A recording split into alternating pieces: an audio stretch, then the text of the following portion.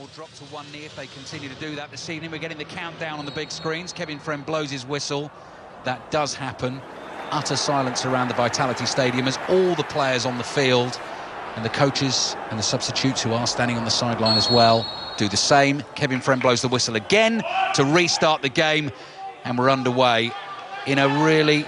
We just cannot overestimate it. Really massive game for Bournemouth this evening. They start in 18th spot. They're inside the relegation zone. They are only behind West Ham on goal difference. They are only behind Watford by a point. West Ham play later on tonight at home against Chelsea. This is Bournemouth-Newcastle, and it's in full on 5 Live Sport. One of the men coming into the team this evening for Bournemouth is on the ball right now. Dutch winger Arno Danjuma, signed in the summer for just under £14 million. It's his first Premier League appearance since December. He's one of the many at Bournemouth who've struggled with injuries this season.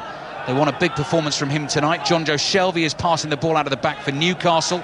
It's well worked up to the halfway line. Dwight Gale gets on the ball, plays it back to Nabil Bentaleb, former Tottenham midfielder who's on loan to Newcastle from Schalke at the moment. Joelinton almost lost the ball there inside his own half, and he plays back to his goalkeeper Martin Dubravka, who very quickly gives it to Jamal Lascelles. Lascelles out wide to Emil Kraft, who's in at right back for Newcastle this evening. Shelvey's clearance is blocked. This might fall to Lerma. Lerma passes it forward. Dominic Solanke up front alongside Josh King for Bournemouth. I'll give you those full lineups in just a second. And here's Nathan Ake coming all the way back to Aaron Ramsdale. So just watching the two teams line up. Matt, anything strike you at all? Well, no, it's just interesting to see Newcastle switch into a 4, but nothing at the moment. I mean, it was quite a frantic start, isn't it? I mean, the ball's popping around. It hasn't really had a break in play at all. So, you know, both teams starting at quite high intensity. Aaron Ramsdale, the Bournemouth keeper, who's had a good season for them, you have to say, even though they're sitting in the bottom 3. Dominic Solanke battling for the ball on the halfway line, goes down, he's looking for a free kick. Referee Kevin Friend just shakes his head. Alain Saint-Maximin gets on the ball for the first time. Lovely low pass across to the left to Joelinton, and he rolls his pass slowly to Manquillo. So Javi Manquillo starts in this back 4 at left back for Newcastle tonight. Danny Rose is one of the substitutes.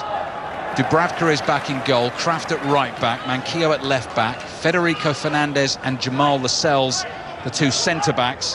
Midfield 3 of Sean Longstaff, Jonjo Shelvey and Nabil Bentaleb, who we've mentioned. Dwight Gale on the right, Saint-Maximin on the left, and Joelinton. Although as they're lined up at the moment, it's Gale through the middle, Joelinton on the left, and Saint-Maximin on the right-hand side. Long ball over the top. Gale might be called offside here. Almost falls for Longstaff.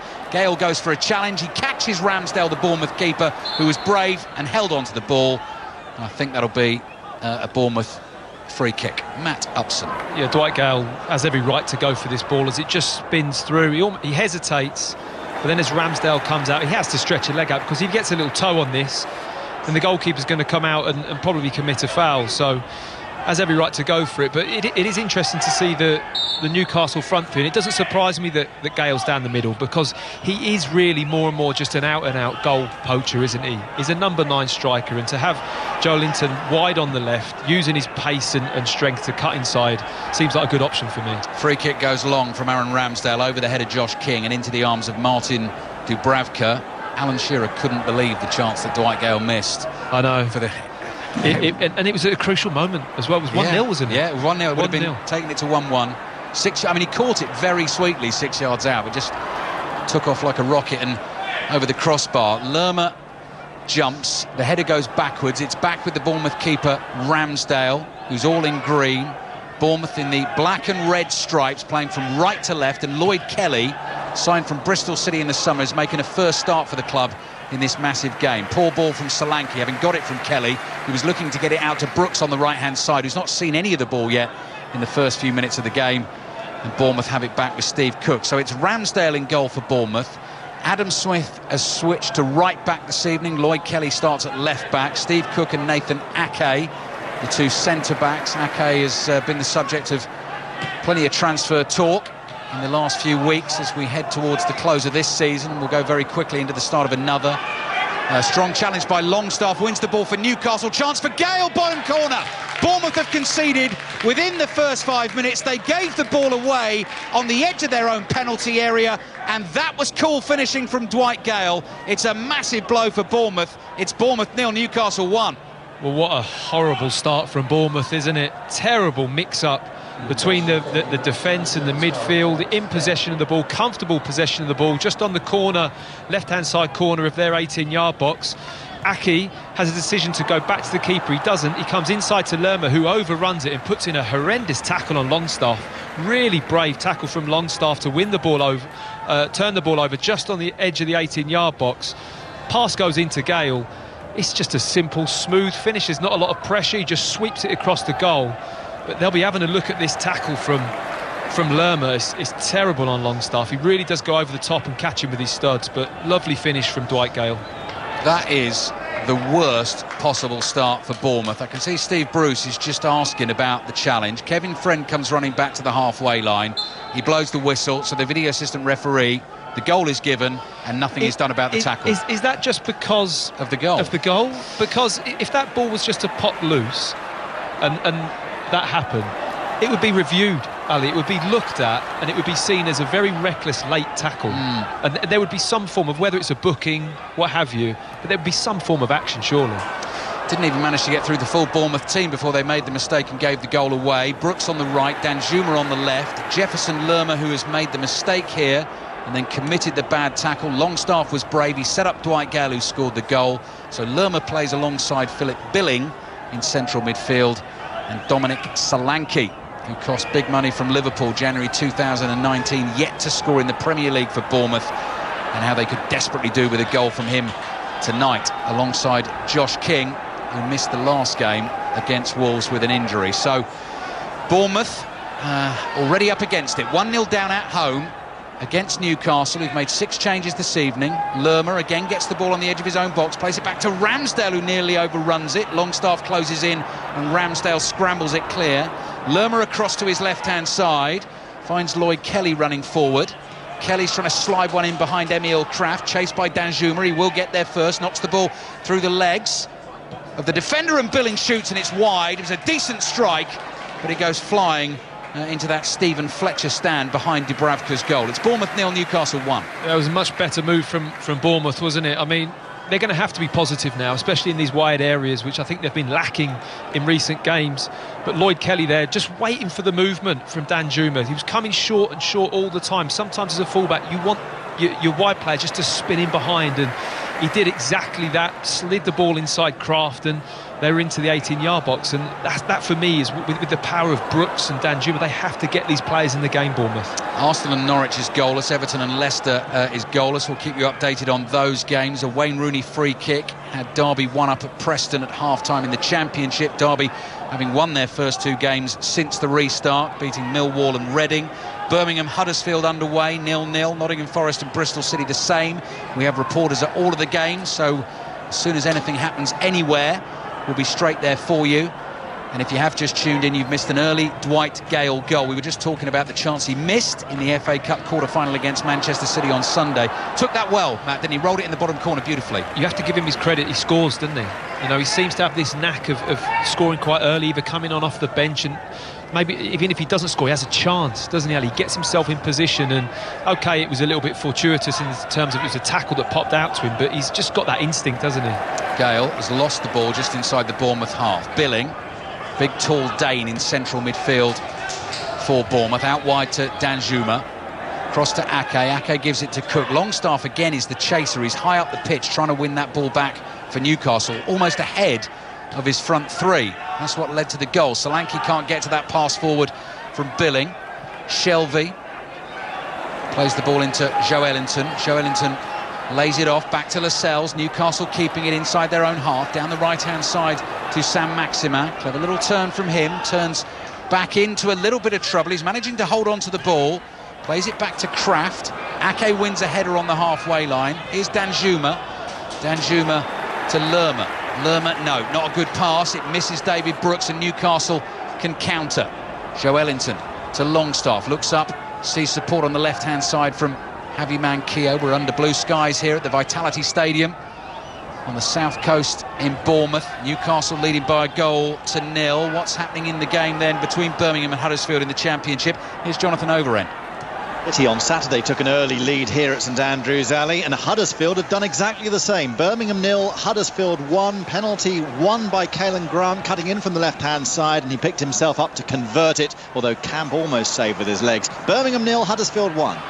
Newcastle 1 up at Bournemouth. Sam Maximin on the right-hand side. Newcastle have won a corner. There's been a goal at Goodison Park. Juliet Farrington. And it's advantage Everton, who lead Leicester by 1-0. Goal scorer Richarlison. We all thought it had hit the post, but it sneaked in. It was Anthony Gordon who put in a delightful cross. Richarlison converted. Everton 1, Leicester 0. Thank you, Jules. West Ham Chelsea kicking it off at 8:15. We'll continue to bring you updates of that one during our Wednesday nightclub programme this evening. Bournemouth 1 down, sitting in the bottom 3, just behind West Ham on goal difference, 1 point behind Watford, who've played a game more than those two. Shelvey with the corner from the right. Newcastle in these vivid orange shirts. The ball is headed away by Billing.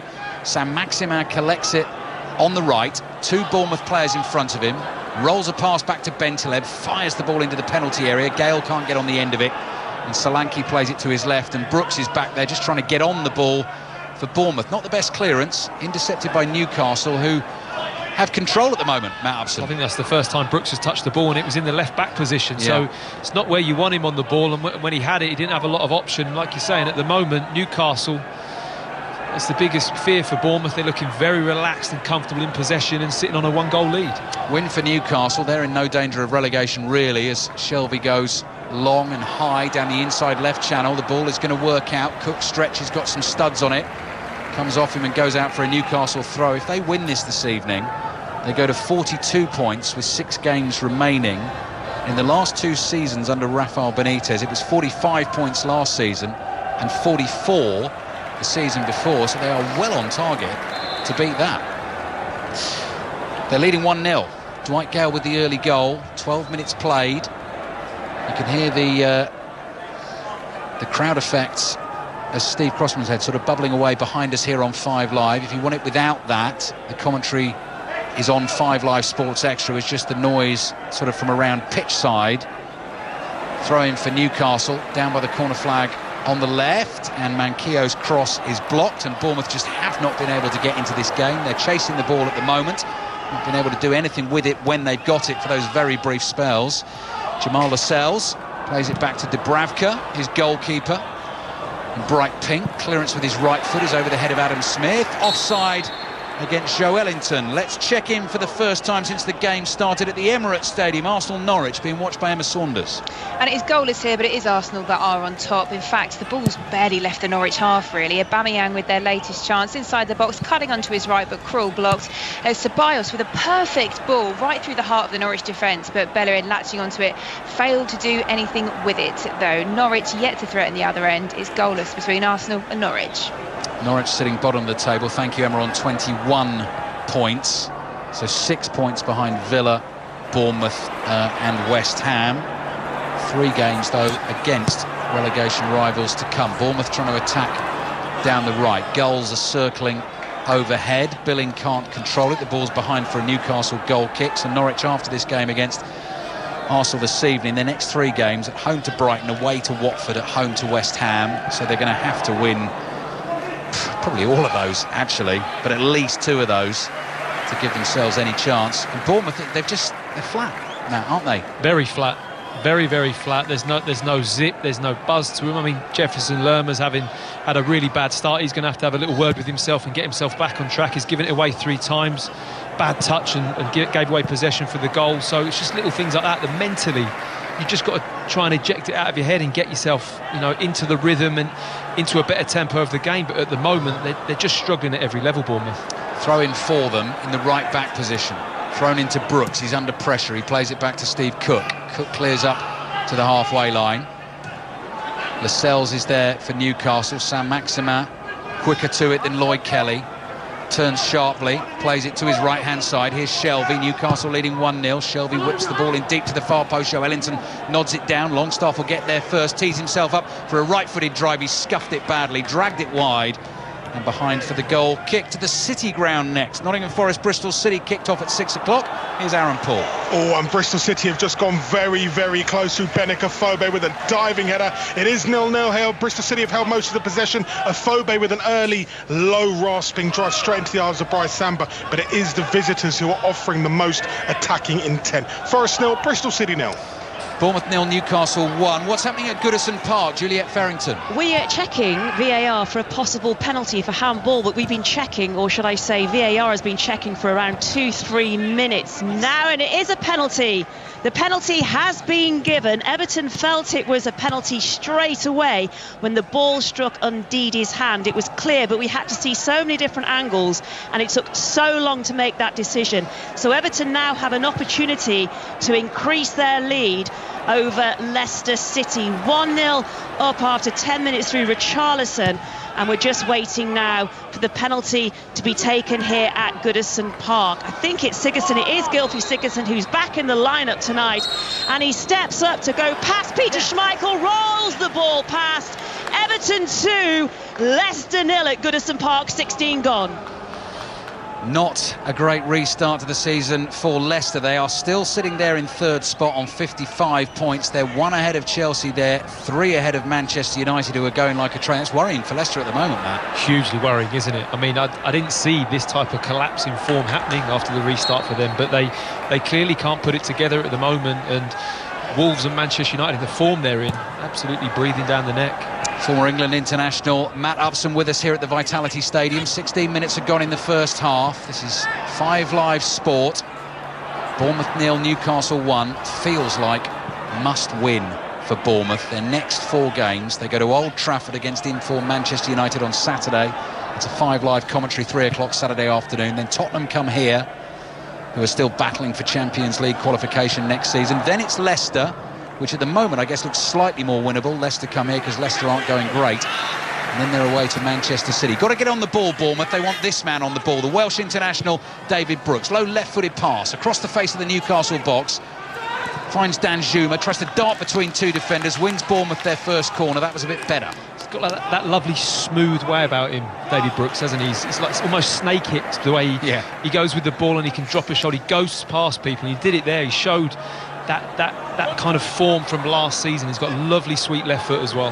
Yeah, they've missed him badly of Bournemouth. Corner for them, goes deep to the far post beyond everyone. It's a waste because Josh King can't catch it, and the ball is behind for a Newcastle goal kick. But missing Brooks for most of the season. He started both games since the restart. Callum Wilson suspended tonight. We were talking about the Ryan Fraser contract situation. They've not seen the best of him this season. He won't play for Bournemouth again for the rest of this season because he's now no longer a Bournemouth player. Second half underway at Deepdale. John Akers.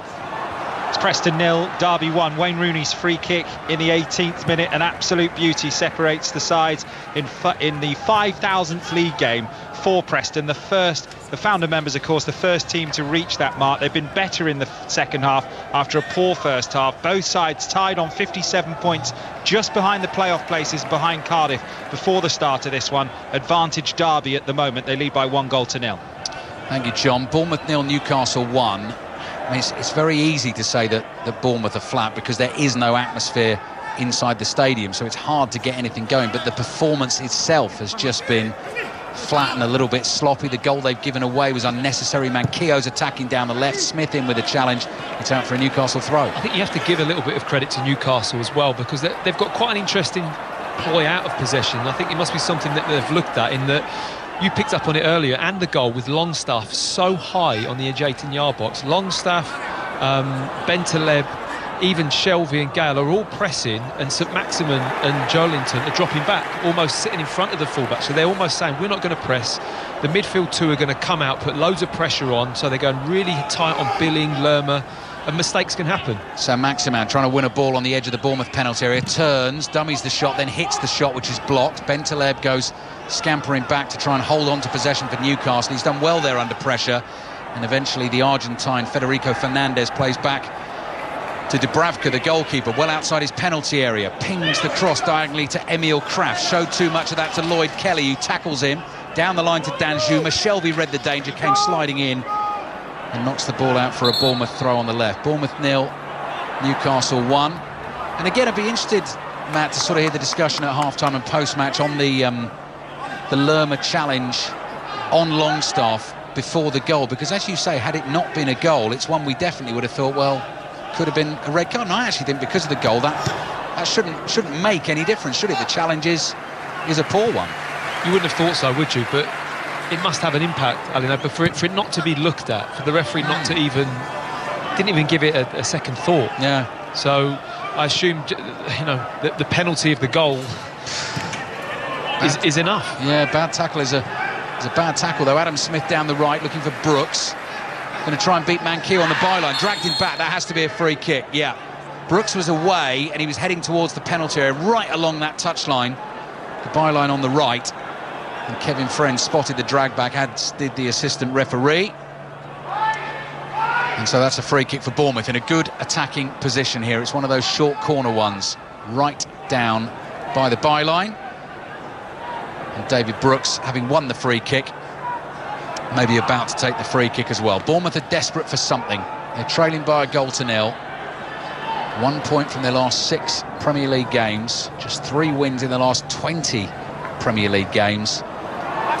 Danjuma is sent away by Brooks, and Brooks is going to curl this in with his left foot from the right for Bournemouth. The whistle blows. Here it comes, chipped in just over Billings' head, headed high in the air. Smith wins a header on the edge of the box, falls for Solanke, who just gets underneath a half volley and can't get the effort on target. It's behind for a goal kick. Matt Upson. It's a difficult skill, isn't it, when the ball's kind of falling over your head? You've got to turn your whole body, keep your eye on it, and it's a half volley for Solanke as the ball gets headed back in from Smith. Newcastle a little bit slow to get out once the ball got cleared. They didn't quite get the back four up as quick as possible. It's a really good clearing header from Lascelles, but Solanke always stretching for that one. Arsenal and Norwich is goalless. Everton already leading Leicester by 2 goals to nil. Richarlison with the first, and then a Gylfi Sigurdsson penalty. Derby 1 up at Preston in the Championship. Huddersfield 1 up at Birmingham. Forest and Bristol City remains goalless. Goal kick for Newcastle, who lead here by a goal to nil. Billing is underneath it, 10 yards inside the Bournemouth half, wins the header. Kraft right back for Newcastle towards Longstaff's caught again on the ankle by Lloyd Kelly. Free kick, first yellow card of the game, will go to the Bournemouth left back. Yeah, Longstaff must be thinking of, is there some kind of vendetta against me at the moment? He's had 1 or 2, maybe 3 times he's landed on his back, but Newcastle just moving the ball quicker. Kraft, lovely crisp pass into Longstaff, broke a line. They've just got more tempo and purpose about their play, and at the moment Bournemouth are just chasing. Had a little discussion before the game about whether it was Kraft or Kraft. I think up in Newcastle they would say Kraft, so we're going Kraft. Shelvey's ball into the penalty area. Newcastle appeal for a handball. You've got a Geordie accent for that, though. Can we hear it? No, you can't, Matt. You cannot. Here's Manquillo inside his own half. Shelvey's there for him, offers him support. The ball is played across the Newcastle half to Shelvey. Kraft, good skills to get away from Kelly. To Longstaff down the left. Shelvey curls a lovely ball into the feet of Joe Ellington. Good tackle on him by Steve Cook, and Ramsdale comes sliding across the byline to keep it in play for Bournemouth. That was nice play. Lovely disguised pass from Shelvey when he brings these little, quirky things, looking one way, just whipped the ball around the corner. It took, I think it was Cook, Steve Cook, by surprise, didn't it, with the touch, but just managed to get back and shepherd the ball out. Here's Longstaff high up the pitch again, trying to close it down, and he still sits on Ake there, even though the ball is ahead of him and with Billing. Billing to Lerma. Bit of space for Josh King, who's not been able to get in the game either, in the inside left channel, trying to thread one through to Danjuma. It's intercepted at right back by Kraft, given to Shelvey. Lovely curling ball again from the right boot of Shelvey, and Ake's just got the gas to get past Longstaff and get it back to his goalkeeper. But it's Longstaff again, isn't it? He's almost playing centre forward. It's such a strange formation, Newcastle. He just seems to be pressing so high and be more advanced than Dwight Gale at times. Coming up to 24 minutes played first half. Now that ball's gone out, I'm pretty sure this is going to be drinks break. It will. 5th minute goal from Dwight Gale. Bournemouth 0, Newcastle 1. and it gives us a chance to get round our other games that are kicked off at 5 o'clock and 6 o'clock this evening. First up, the Emirates Stadium. Emma Saunders. It is still goalless here, and the same story really. Norwich with ripples of an attack, but just limited on chances. Their only opportunity, a rocket from Godfrey from distance, but it went left and wide. Norwich otherwise struggling just to get near that Arsenal goal. Arsenal, though, continuing to cause problems down either flank. Lacazette and Aubameyang both have had headers saved, but it is still goalless between Arsenal and Norwich. Everton were off to a flyer at Goodison Park. What's the latest, Juliet Farrington? 2-0. We've had our break as well for drinks. We're back underway. For Richarlison on 10, who's superb assist, though, from Anthony Gordon for that one. And Sigurdsson with the penalty after a lengthy VAR review decided that Ndidi's hand did hit the ball as it came in from a free kick. 2.5 minutes, Ali, it took for VAR to make that decision to award that penalty. And Leicester had been bright and pretty good up until that point. But it's the home side who have the advantage and momentum. And it's Everton who lead by 2-0. You're not missing anything at the Vitality Stadium at the moment. Drinks are still being taken. In the Championship, Nottingham Forest playing Bristol City this evening. Aaron Paul. You're not missing anything here either. It's Nottingham Forest 0, Bristol City 0. We've had a couple of lengthy injury breaks here, but bar Bristol City's opportunities, Forest have offered nothing. 0 shots. Benica Fobe's opportunities, the only ones we've had on target here for the visitors. 0-0. Huddersfield under pressure in the Championship, away to Birmingham this evening. Jonathan Overend. They are, but they're winning here so far. Birmingham 0, Huddersfield 1. I mean, they're the ones, aren't they, down at the bottom, who haven't won since the resumption. So if they start winning, Ali, you know, anything's possible. I mean, it could be 50 points, couldn't it? It could go down. Anyway, it is Birmingham 0, Huddersfield 1. Caelan Grant from the penalty spot. Birmingham back in it after a strong Huddersfield start, but the visitors in front. Thank you, Jonathan. Back underway here at the Vitality Stadium. We'll head to Deepdale shortly. Let's see what Bournemouth can do with this attack. King couldn't find Solanke. Federico Fernandez clears for Newcastle. Dwight Gale goes to collect the loose ball wide on the left-hand side. Bentaleb, good midfield play. That ran onto it, but his head was up in the air. He wasn't looking at the ball. He was looking left and right to see where his next pass was going to be. Newcastle leading 1-0. Shelvey with a clever little sort of sliced pass off the outside of his boot. Saint-Maximin fouled. Free kick Newcastle. Shelvey thought about going quickly. He's decided not to. Preston Derby being watched by John Akers. Yeah, this was a 5 o'clock kick-off, so we've got 23 minutes remaining, and it's Preston 0, Derby 1. Wayne Rooney's free kick. Huge game for both of these two, chasing the playoffs. They were 17th Derby when Rooney started playing for them back in January. They've got a real chance now. They look comfortable at the moment. It's Preston 0, Derby 1. Derby 1 would take them 1 point behind Cardiff, who are in that top 6. Fascinating at the top end and bottom end of the Championship table. Saint-Maximin on the ball for Newcastle. Rolls it across to Bentaleb. King comes back to try and win it back for Bournemouth. He can't do that. Manquillo with a right-footed ball in towards Gale. Ake read it. Got the header in first. Lerma with a little nod down. Shelvey might fancy this. Gets onto it 25 yards out. Outside of the right boot finds Saint-Maximin. Down the line here to Kraft. Kraft, did he keep that in? No, I don't think he did. It went over the byline. It's behind for the goal kick, but the invention, Matt, from Newcastle's good, isn't it? You've got to admire the weight and angle of pass of Saint-Maximin there. He's such an interesting player to watch, isn't he? Just to forget his movement and obviously the quickness of his feet and dribbling ability. That was a superb overlap from Kraft, as we're saying it, and Saint-Maximin just rolled the ball. The weight and the angle of the pass was absolutely spot on. And yes, you're right. They're producing some decent football in and around the 18-yard line. Yeah, Newcastle definitely the more impressive team so far. They were gifted their goal by Bournemouth. They lead 1-0. Longstaff again high up the pitch trying to close down the Bournemouth keeper Ramsdale, headed away by Lascelles from Ramsdale's long ball downfield. Danjuma gets onto it for Bournemouth. Now he's got a bit of pace, goes running at Shelvey. Can't beat him, looking for a 1-2 with Solanke. Danjuma again onto his right foot, looks up, chips a ball in on the angle, straight at Dubravka, who makes an easy catch. Steve Bruce say anything to you, Matt, about Longstaff going up the pitch, but you'd have a good long chat to him before the game, because it'd be interesting to ask him about it afterwards, wouldn't it? The Just tactics. Talking about old times, Ali, Birmingham City. Yes. And the good old days.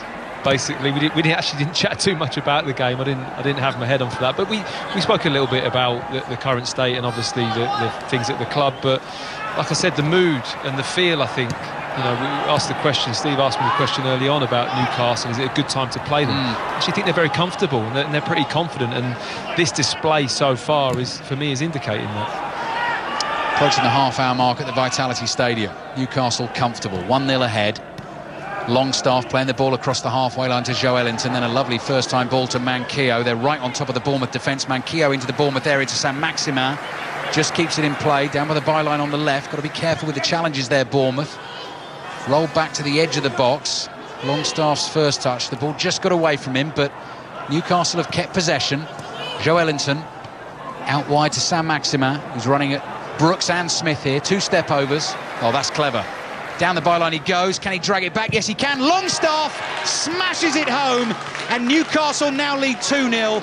That was superbly worked by Saint-Maximin down the left-hand side, just teasing and toying with the Bournemouth defenders. Rolled back to Longstaff, and that is an emphatic finish. Bournemouth in deep, deep trouble. Bournemouth 0, Newcastle 2. Well, that is just too good from Alan Saint-Maximin. Honestly, that is such top-quality play. Is it great defending from Bournemouth in terms of the pressure and maybe even allowing him to do what he did? It isn't great, but I have to take my hat off to this type of dribbling ability. I mean, Smith just has no clue which way he's going. There's 3v1. I'm looking at the replay. There are 3 players. Brooks just kind of gives up the ghost. Lerma tries to get back in. But Saint-Maximin, there's step over, he's facing one way, there's a Cruyff, he then goes round the outside, he gets to the byline, and to have the vision to see Longstaff just pulled back, cuts the ball back with his left foot brilliantly, and Longstaff just strokes the ball into the roof of the net. It's a superbly worked goal. And the finish as well, Matt, is really good, isn't it? Because he places it but with power, because if he'd gone low there was a whole sort of forest of legs that he could have hit. Absolutely, he didn't just swing at it or panic, you know. But again, Ali, the weight of the cutback was just perfect to be hit first time. He didn't need to take a touch, you know. Everything about what Saint-Maximin done there was just absolutely superb. Newcastle have been very good. They've looked highly motivated, and bit unkind to say Bournemouth all over the shop, but they are being well beaten here by a better team.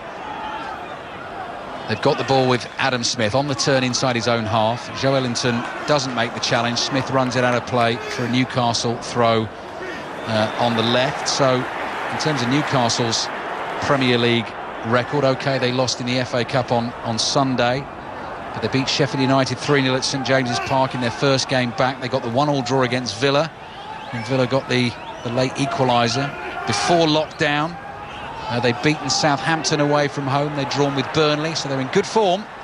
Joelinton back to goal on the halfway line to Bentaleb.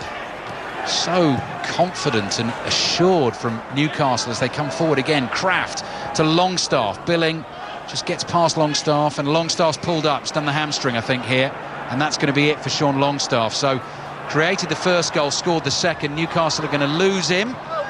Kraft's ball infield towards Saint-Maximin. The ball has not gone out of play, so Newcastle are down to 10 at the moment. Brooks' touch takes it away from Solanke. Steve Bruce has sent to Dubravka, get the ball out, get it out of play. Dubravka's spotted it. He's going to do that.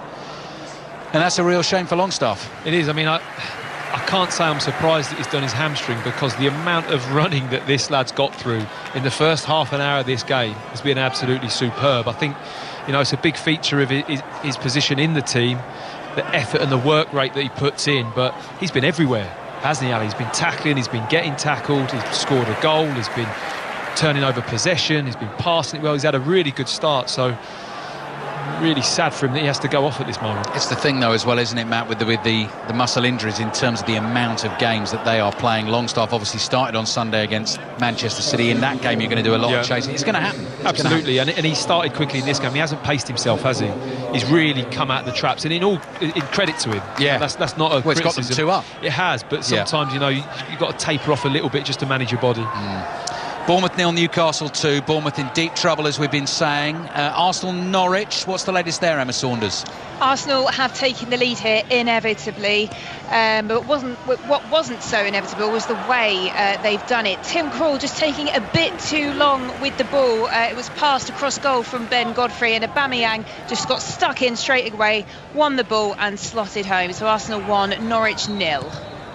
Thank you. Everton 2, Leicester 0. West Ham Chelsea kicking off at 8:15. Bournemouth have got to find something special here to try and turn this around, because at the moment it is all Newcastle. Almiron is on for Longstaff. He's played in Dwight Gale. The angle is tight. Gale decides not to shoot, turns back. Here's Almiron. Cross to Saint-Maximin via Manquillo. Just every time Newcastle get the ball, there's players moving, there's players in space, there's always an option. Bournemouth are chasing shadows.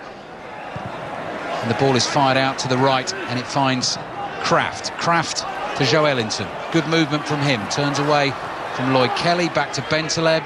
It's like a training session at the moment, I have to say. I mean, Newcastle are thoroughly enjoying this game. They're popping it around, they're making angles, like you say, the movement off the ball. Bournemouth are nowhere near them. Shelvey, 25 yards out, drives it low, easy save for Ramsdale, straight at him, and he grabs it, runs straight to the edge of his penalty area.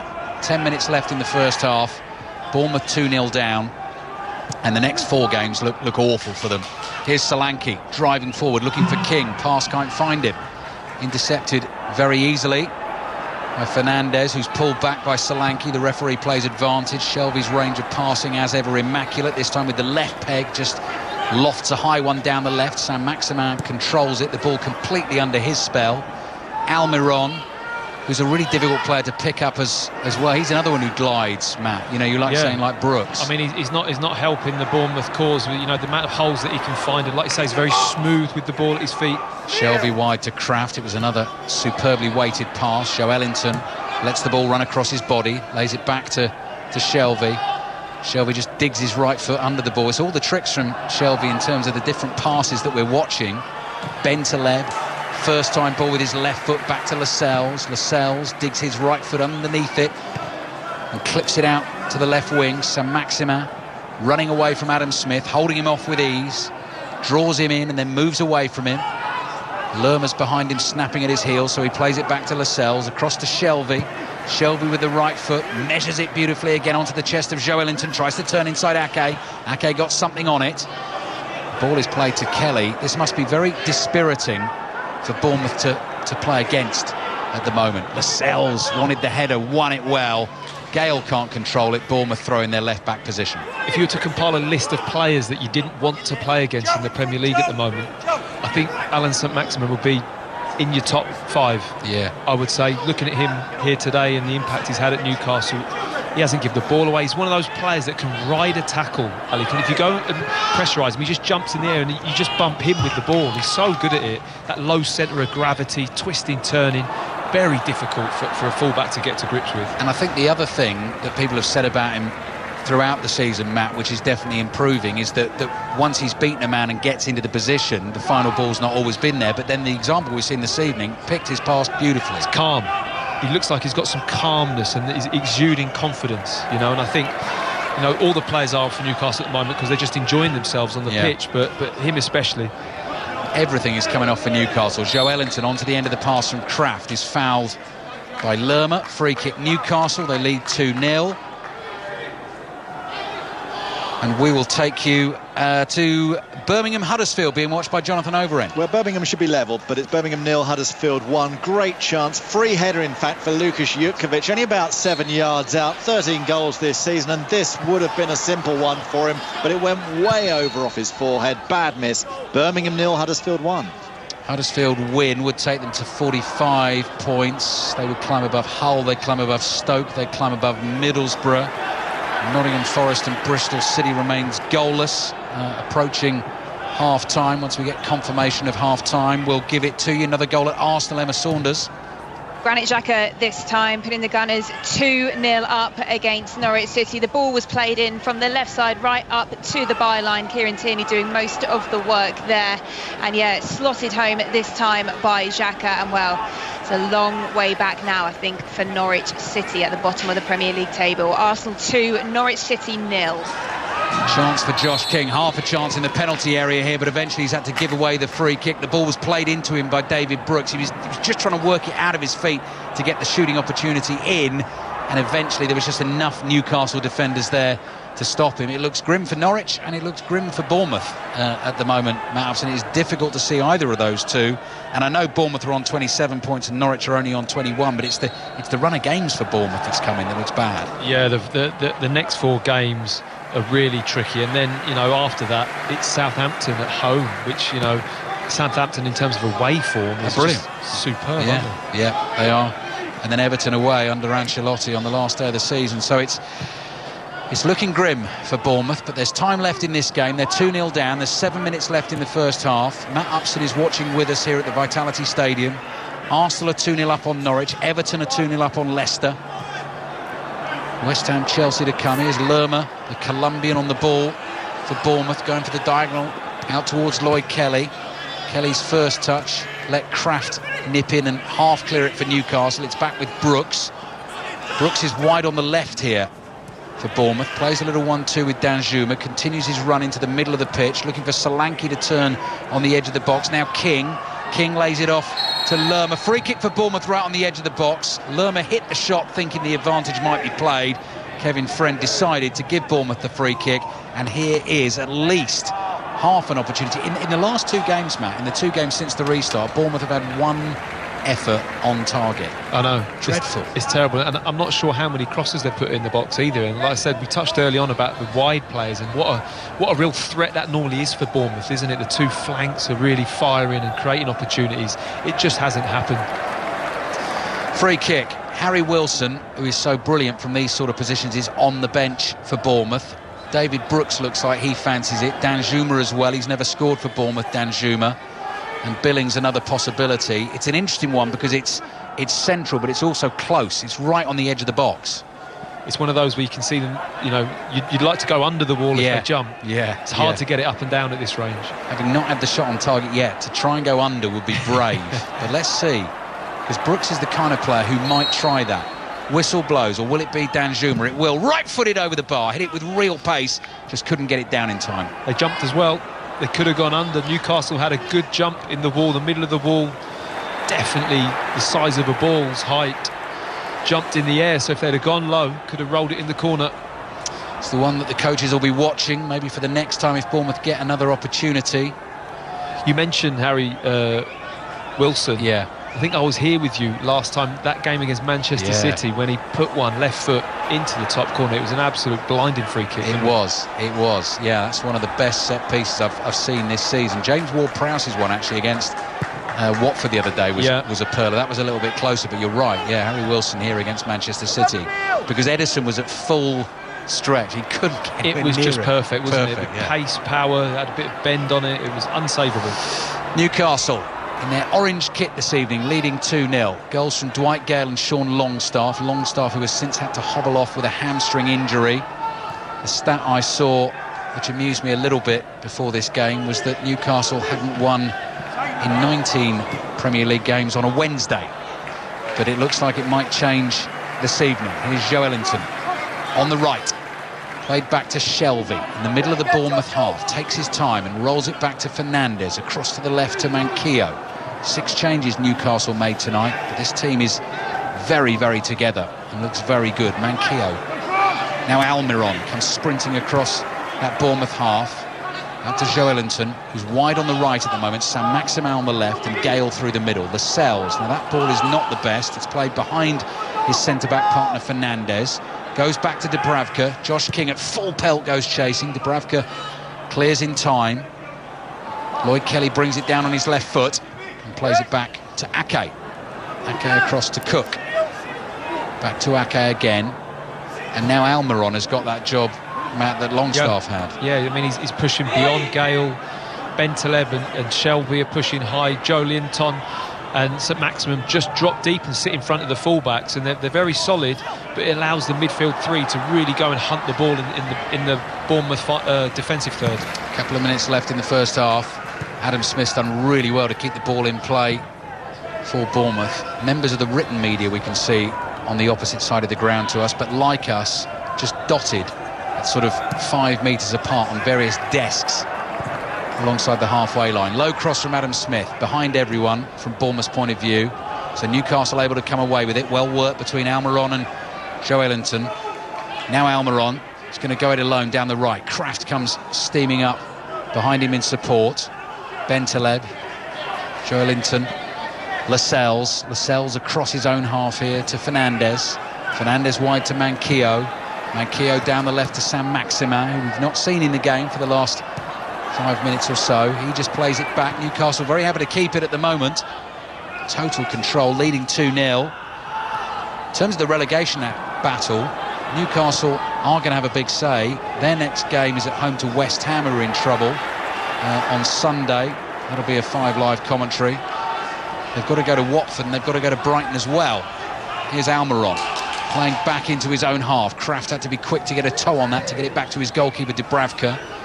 High spiralling clearance downfield, clumsy from Steve Cook because he's jumped on the back of Gale and he's got away with it. Really got away with it. I mean, both players missed the ball. It bounced. It's one of those horrible clearance coming out of the sky, but as it bounced, Cook just got behind Dwight Gale and almost clipped his heels and his upper body just fell on him. It was very much a rugby tackle. I can't see how it wasn't a foul. I mean, we're exactly in line with the assistant referee. We got the same view of it. How that wasn't considered a foul, I don't know. Bundled him to the floor, didn't it? It's a rugby challenge.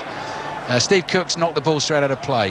Newcastle throw on the right. I've been here a couple of times over the last 4 or 5 seasons when Bournemouth have been looking like they're out of games. I remember, I think even a Newcastle game, actually, they were 2-0 down with 10 minutes to play a couple of seasons ago, got a 2-2. An Everton game, they came back. It's a real knack of being here. Bournemouth coming back to either win or draw matches at home in the last 10 minutes. I think the stats are frightening on that. They've done it so many times. It's become a real feature of Bournemouth at the Vitality Stadium. But, you know, they're going to have to go some in their performance to put that together. You never know. Second half could be completely different. You know, we've seen that many times. But at the moment, you know, there needs to be a huge surge of urgency into the team. Yeah, they've been poor in the first half. Newcastle have been excellent, and they deserve their 2-0 lead. Doesn't flatter them at all. Ake forward to Danjuma, back to Billing for Bournemouth, inside their own half. Jefferson Lerma, low pass to Steve Cook, crosses the halfway line, plays it wide to Brooks.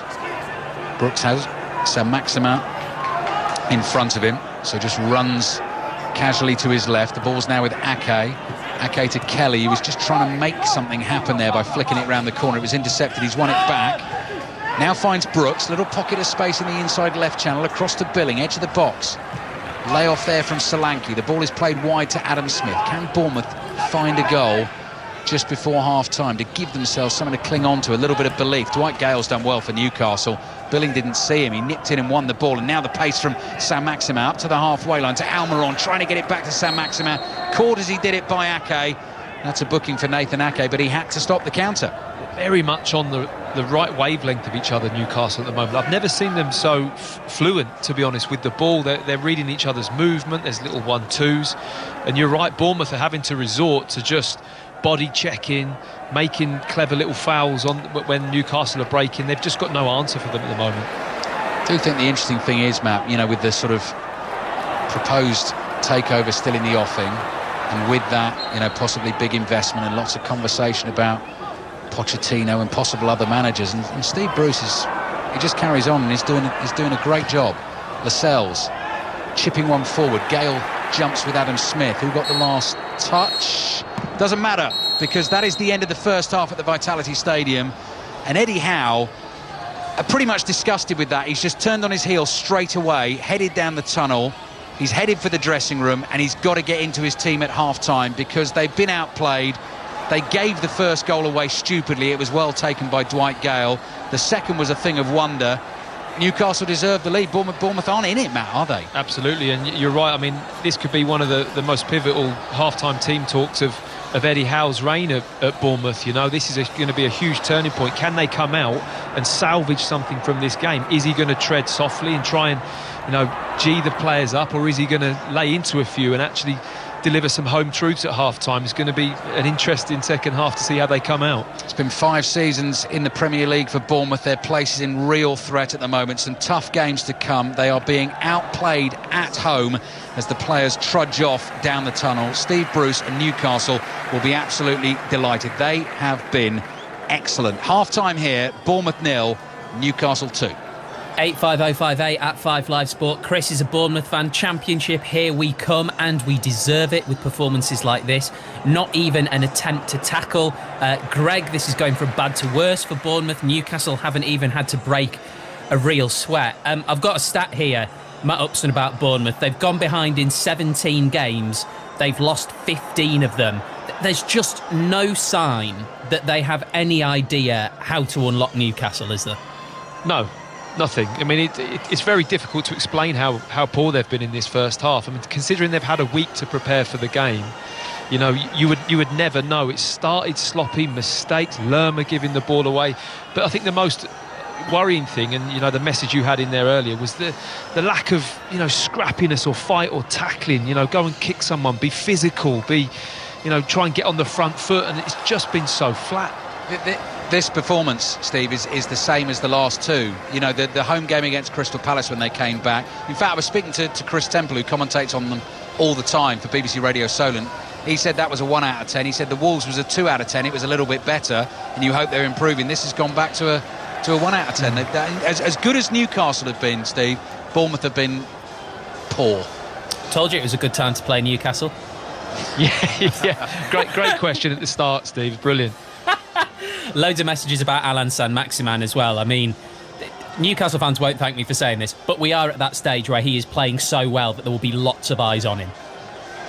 It's just the calmness he brings. Like I said, that's the one thing. We've always seen that he's had that dribbling ability and a wow factor, but he's been a little bit erratic.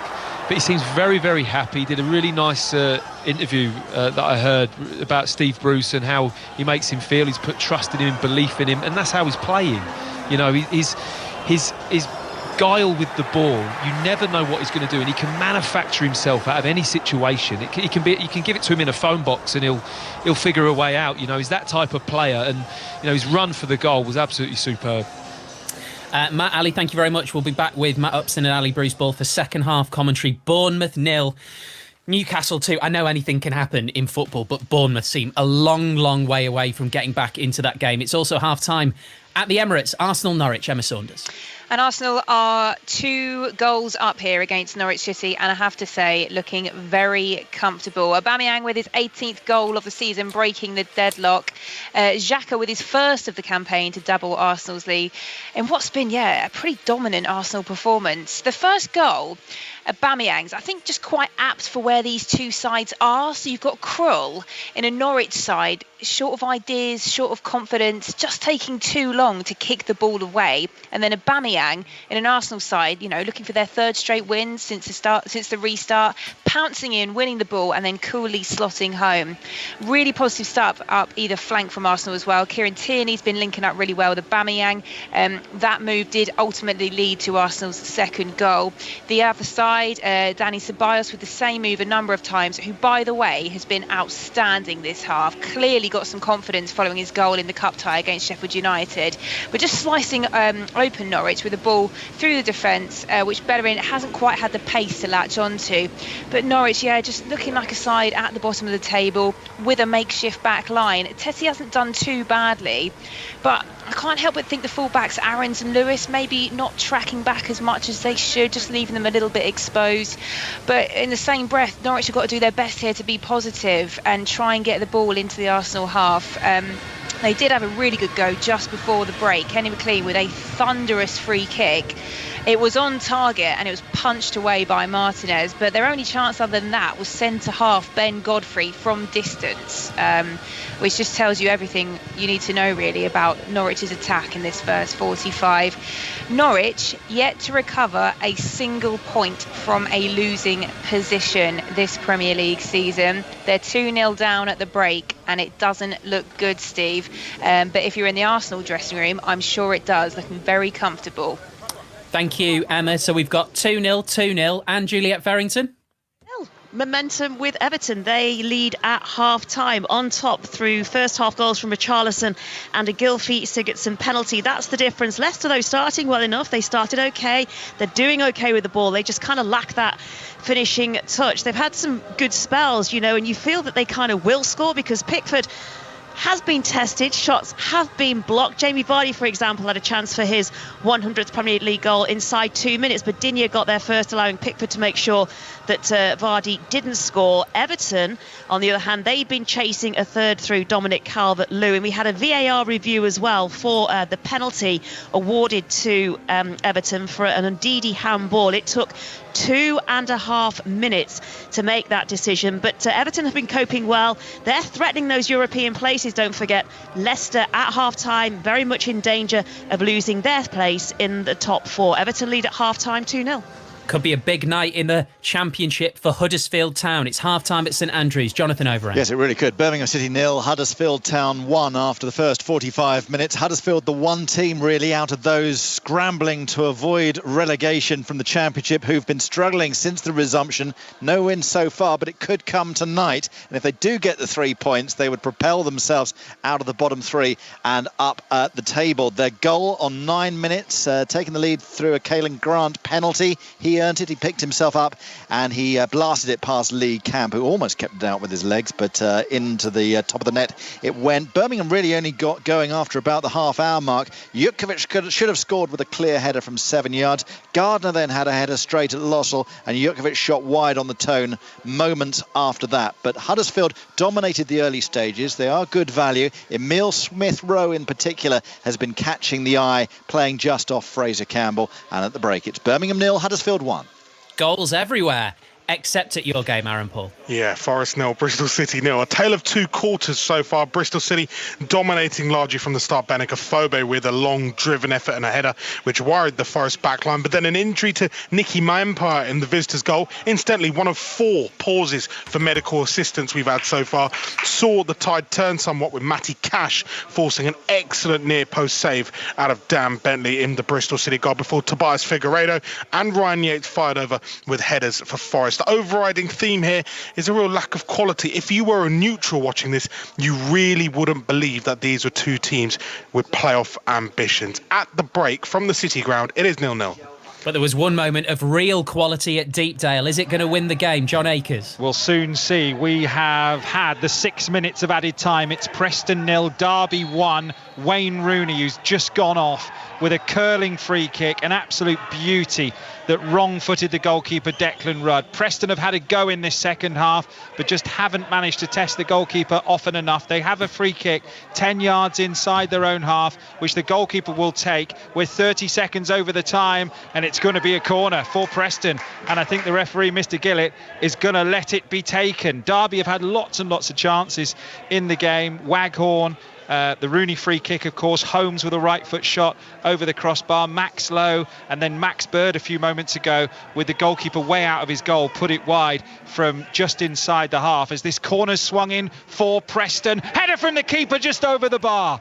Well, that would have been a story. And there goes the final whistle. And Derby spoil Preston's 5,000th league game. The first club to make it there. The founding members and their playoff chances are drifting away before their eyes. But Wayne Rooney, joined when they were 17th, Derby, has propelled them up to 7th in the table. They're just a point now behind Cardiff in 6th in the playoff places. A fully deserved victory. It's finished Preston 0, Derby 1. West Bromwich Albion have the opportunity a little bit later to move to within 1 point of Leeds United at the top of the table. It's a 7:45 kickoff. Sheffield Wednesday versus West Brom. We'll look ahead to that game shortly. We'll also look ahead to West Ham Chelsea in the Premier League. That's an 8:15 kickoff. We'll have updates on both of those games during a special Wednesday nightclub, which starts at 8 o'clock with myself, Stephen Warnock, Clinton Morrison and Ben Haynes from 90 Min. We'll get the news next on 5 Live with Oliver Jones. On digital, BBC Sounds, smart speaker and online. This is BBC Radio 5 Live. At least 11,000 job losses have been announced in the UK in the past 48 hours. The company that owns the upper crust sandwich chain is cutting 5,000 posts. John Lewis says it's closing some stores. James Reed, the chairman of the recruitment firm Reed, says job numbers fell by 60% at the start of April. That was the most dramatic fall I've ever seen, and in fact in our 60 years of business we've ever experienced. Now the number of jobs is down about 50% on this time last year, so it's crept up a bit, but it's got a long way to go, and these job loss announcements are obviously concerning. Local authorities in England will be given access to more detailed information on the number of people testing positive for coronavirus. It's after criticism about the length of time it took to get detailed testing numbers to officials in Leicester, which returned to lockdown this week. Boris Johnson says up to 3 million Hong Kong residents will be offered the chance to settle in the UK. There have been angry demonstrations in the territory over a national security law, which allows China greater powers to curb free speech. This man has been protesting. We are devastated from what has happened, but it never really stopped us, We are more angry than ever. we want to do something about it. You know, there are bigger consequences, and for those who cannot take up the consequences, we can support others in the shadow. But more than ever, we feel united against China. An 18-year-old man has been arrested on suspicion of murdering two sisters in North London. The bodies of Nicole Smallman, who was 27, and 46-year-old Bieber Henry were found in a park in Wembley on the 7th of June. Commonwealth migrants who were wrongly told they were in the UK illegally have been told to prove compensation claims for lost earnings beyond reasonable doubt. The phrase, which is normally used in criminal cases, is in Home Office guidance. President Trump has criticised plans to paint Black Lives Matter in giant letters on the road in front of Trump Tower in New York. He claimed the sign would be a symbol of hate. You're listening to BBC Radio 5 Live. The Premier League is back. Give it to them. Chelsea have beaten the outgoing champions Manchester City by 2-1. And for Liverpool are the champions again. On Thursday, it's a double bill. It's a 6 o'clock kickoff. Sheffield United versus Spurs. Then Manchester City host Liverpool at 8:15. This is your football station. This is 5 Live. We'll be back at the Vitality Stadium very shortly. Now, though, we're going to go to the London Stadium. That's where West Ham host Chelsea this evening. Kicks off at 8:15. John Southall is there for us. He'll be giving us updates throughout the Wednesday night club from 8 p.m. And look, they will be delighted from what they're seeing from Bournemouth so far. But as we keep saying, John, at some point, West Ham, like the sides around them, need to do this for themselves. They do. You're absolutely right, Steve. Good evening from the London Stadium. Yeah, they'll be thrilled with what's happening elsewhere, as of course will Chelsea. But you're right. They've got to start winning games. It's 1 win in 11, the run they're on at the moment, which is relegation form. I don't think they'd have been earmarking this one when they looked at games to win before the end of the season. But when you look at the fixtures they've got left, they have got winnable games. They've got Newcastle away, they've got Burnley here, they've got Norwich away, they've got Watford here, and then the final game of the season, it could all come down to this. They've got Aston Villa at home on the final day. So they've got the opportunity to win matches, to win enough matches to stay up, but they've got to start winning, and they've got to start winning soon. Thanks, John. And it'll be a big night for Chelsea as well. Chelsea potentially could go third in the Premier League table above Leicester, who are 2-0 down at Everton. It's Arsenal 2, Norwich 0 half-time at the Emirates. Updates from those games, plus the 3 matches that are going on at the moment in the Championship. It has just finished. Preston 0, Derby 1. It's Birmingham 0, Huddersfield 1 at half-time, and Forest 0, Bristol City 0. Updates to come during second half commentary of Sheffield Wednesday against West Brom. Let's go back to the Vitality Stadium. Can Bournemouth respond? They trail Newcastle by 2-0, and your commentary team is Matt Upson with Ali Bruce Ball. Thank you, Steve. They have to play better than they did in the first half. Eddie Howe has made a change. That's no great surprise. Kevin Friend is just waiting to get this game restarted. The referee in his bright blue shirt, short sleeve, black shorts, black socks, just waiting for the say-so to blow the whistle and get us underway. Lewis Cook has come on in central midfield and has replaced Philip Billing for Bournemouth. Eddie Howe could have changed any number, I think, at half-time. He's just chosen the 1 for now. Absolutely. I mean, Billing's been the casualty at half-time from what Eddie Howe's changed. Yeah, that's a good run forward by Lerma right at the start of the second half. Given to Solanke. Solanke shot deflected. Oh, it's hit the post. Headed down. Josh King's offside. The flag is up. It won't count. Kevin Friend quite rightly blew the whistle after the ball hit the back of the net. The video assistant referee will have a look. So the point being, is King in the offside position when Solanke hits the shot? Yes, he is. Very clear, yes, isn't it? I think the linesman was very clear on that. But good start, straight away from the kickoff. King sprints all the way down to Lascelles, who has to clear it up the pitch, and all of a sudden Bournemouth are playing with a little bit of intensity. It's not that much to ask, Ali, is it, at this point of the season? Oh, they've got to. I mean, this is the players' livelihoods. It's everyone at the club. It's the fans. It's the manager. It's 5 seasons in the Premier League. It's never easy to get back once you've gone down. Who knows what will happen to Bournemouth and their players and their manager if they do get relegated. So trailing 2-0, King's goal ruled out quite rightly for offside. Brooks's ball forward, cleared by Fernandez. I'll get you through the two-team lineups again in just a second. I'll also take you to Hillsborough shortly to get the team news on Sheffield Wednesday against West Brom, which is kicking off at 7:45 this evening. We'll have updates of that one, along with West Ham Chelsea in the Wednesday nightclub. But let's see what Danjuma can do with the ball. A bit more purpose and pace about Bournemouth at the start of the second half. Solanke trying to go outside Lascelles in the box, and the ball's come off him and gone behind for a goal kick. So Vicky Sparks with the team news from Hillsborough. Hi, Vicky. With no wins and no goals in West Brom's last 4 league games, which leaves them just 2 points ahead of third place Brentford. Slaven Bilic is shaking things up, Ali. 5 changes. Top scorer Hal Robson, Carnu, and stalwarts Jake Livermore and Shemi Ajayi. 3 of those who dropped to the bench. Charlie Austin back in to lead the line up front. 2 changes for Sheffield Wednesday, including Mojas Odebajo for the injured Julian Berner. Bournemouth 0, Newcastle 2. Joelinton with a foul. He shoved Lerma over. Lerma's little run and dribble at the start of the first half, Matt, was almost like, right, I've got to make up for that terrible mistake I made at the start of the first half. Well, he could have easily been the billing casualty. Yes. You know, I think it was a toss of a coin between which midfield play wanted to change, because Lerma started the game horribly. Kevin Friend's waiting for something here. Bournemouth have a free kick for the Joelinton foul. Fourth official is pointing to Kevin Friend. Kevin Friend is then pointing at Aaron Ramsdale and telling him to move something or do something.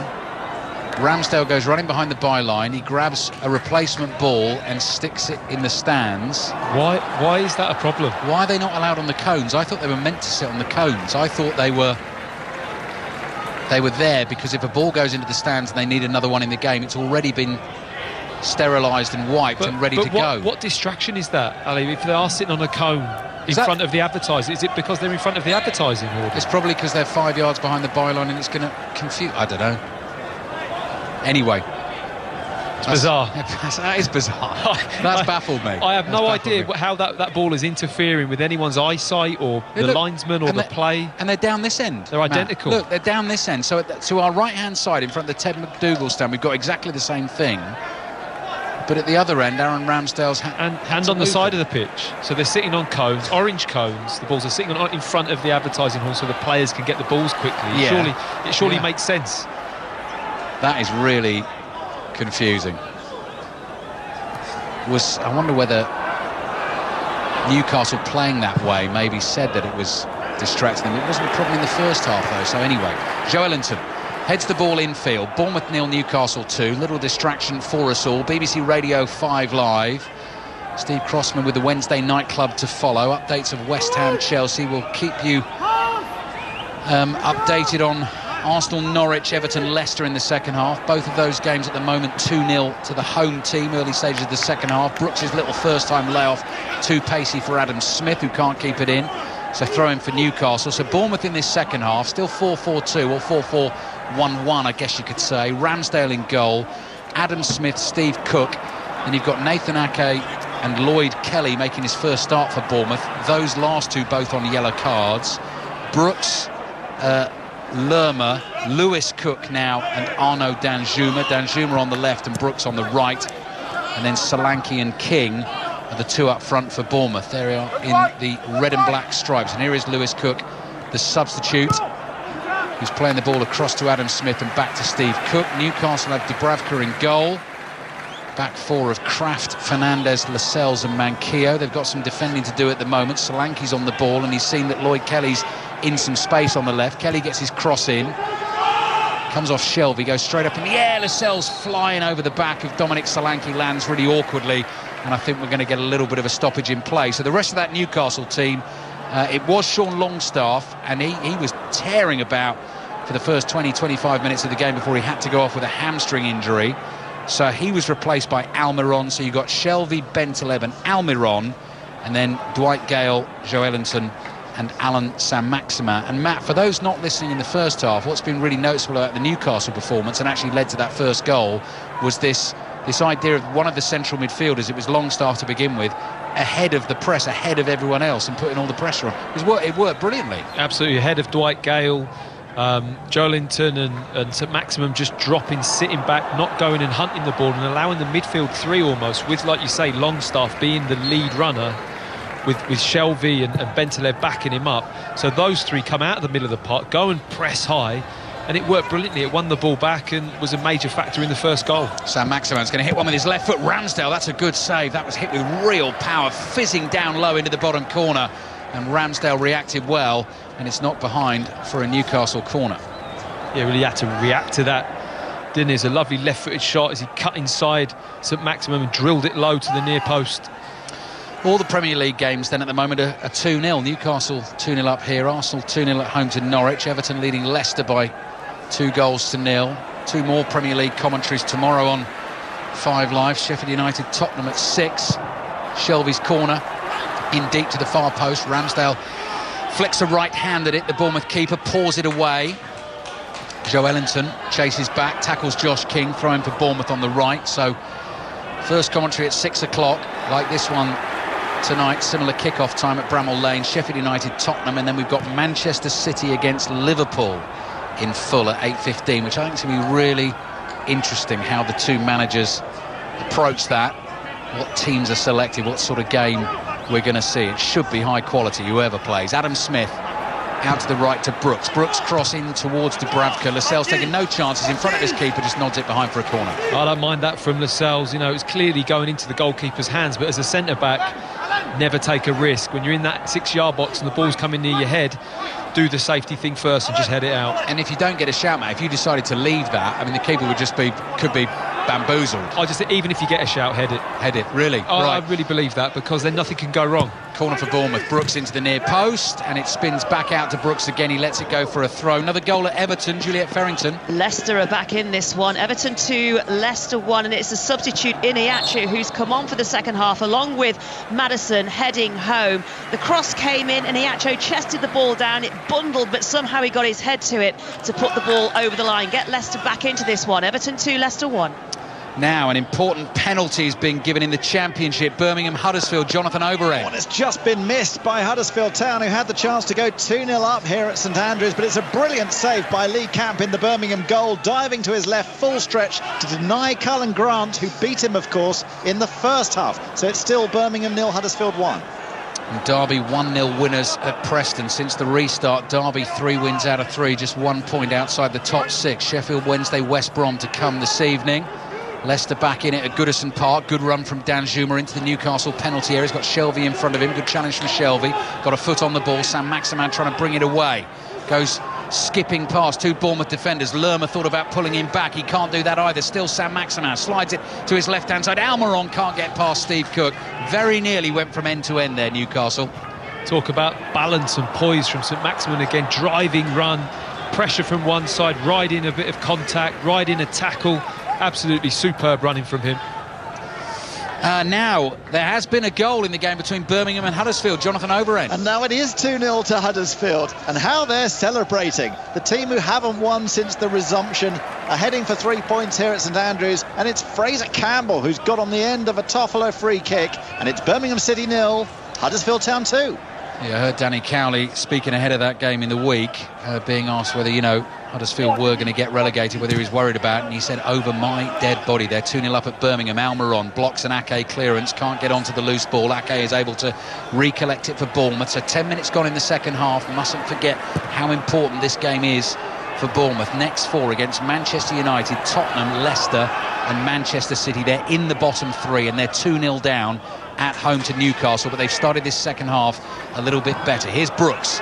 Brooks sweeping low pass with his left foot out to Dan Juma on the left-hand side. 2 Bournemouth strikers in the box. Dan Juma onto the right foot, across to Lewis Cook. Cook has support on the outside. Adam Smith fires that in across the face of the 6-yard box. Lascelles with a diving header away. That will have hurt as well. That was hit with real pace, that cross. Just hoping for some sort of deflection into the Newcastle net. Now Brooks on the edge of the box. Brooks, little ball in through some Newcastle defenders. Fernandez clears. Gale brings it down. Ake with the challenge, and the ball goes out for a throw into Bournemouth on the left. Latest from the Emirates Stadium comes from Emma Saunders. Well, 2-0 up here, but Norwich's triple substitution is doing the business. So Ida, Hernandez and Dermich are on for Buendia, Tribal and Pukki, and almost an immediate impact. Ida and Hernandez both blasting shots that have been saved and wide. So Norwich much more in this. Rob Holding, meanwhile, has replaced Mustafi in the Arsenal back line. Still Arsenal 2, Norwich 0. Almiron, edge of the box, edge of the Bournemouth penalty area with his right foot, past Ramsdale, into the back of the net. Steve Bruce punches the air in delight, and Newcastle have a third goal to deepen Bournemouth's woes. Brilliant from Almiron. Bournemouth 0, Newcastle 3. Well, just when I was going to say the phrase that Bournemouth are starting to show a little bit more attacking promise, they just completely go to sleep at the other end. And you know, quite a straightforward attack from Newcastle, but Almiron just runs at Aki into the box. Aki doesn't come out and engage with him. He allows him to run at him and almost runs alongside Almiron in the space. He doesn't get out and block the ball.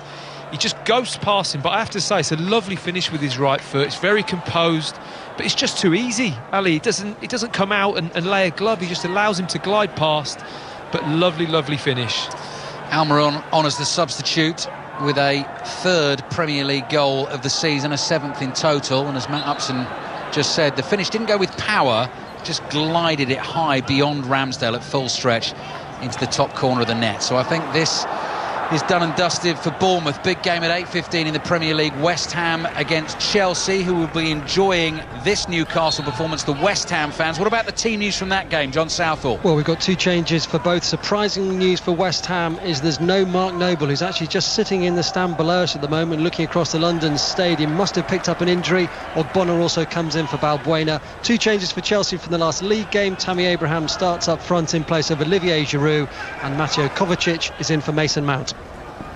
Thank you, John. Kick-off at 8:15, 13 minutes gone in the second half at the Vitality Stadium. So since the restart, Bournemouth have lost 2-0 at home to Crystal Palace, 1-0 away to Wolves. They are 3-0 down here, not even played an hour of the game, and have barely mustered an effort on goal in any of those 3 games. They are, at the moment, heading out of the Premier League with a real whimper.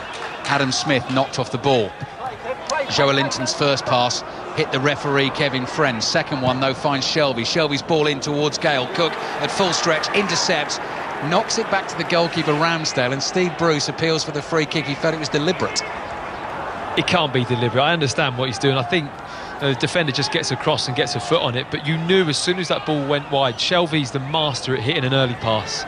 It's one of his star assets for me. He sees the ball, especially from wide, and he seems to get that lovely whip and pace on the ball, and he put it in for Gale. But I think it was Steve Cook. Steve Cook just got back and got a really important footing. I think also if Steve Bruce had been playing, made a challenge like that and been penalised for a deliberate pass, he would have gone absolutely ballistic. So he did have a big appeal, didn't he? He did. His arms were up in the air and everything. I think he's having a bit of fun, Steve Bruce. Just popped a little bit of chewing gum in his mouth. He's in a smart dark blue jumper this evening. Black trousers, black shoes, and his team totally in control, leading by 3-0, heading towards 42 points in this Premier League table. They are well safe at Newcastle. Bournemouth anything but. Here's Lewis Cook on at half-time. Ball through the middle to David Brooks, hits it with his left foot, great shot off the bar and behind. Nothing going Bournemouth's way. That was a lovely effort. Really nice, wasn't it? Just exactly what Brooks wants. He's good at receiving the ball just in that little pocket of space. Newcastle had just sat off. It was a nice run from Solanke that just forced Fernandez to drop a little bit, which created the space, and he's curled it with his left foot. Just didn't dip early enough, did it, and clipped the top of the crossbar. 2 subs about to come on for Newcastle. I can see Andy Carroll. Very easy to spot. He's just standing a little bit away from the dugout with his long hair tied back in a little bun tight at the back of his head. Number 7 on the back of his orange shirt. Valentino Lazaro, the Austrian on loan from Inter Milan, will be the other player to come on for Newcastle shortly. Still half an hour to play. Bournemouth 0, Newcastle 3. Matt and I were talking about great Bournemouth comebacks that we see. I cannot see it. I cannot see it today. No.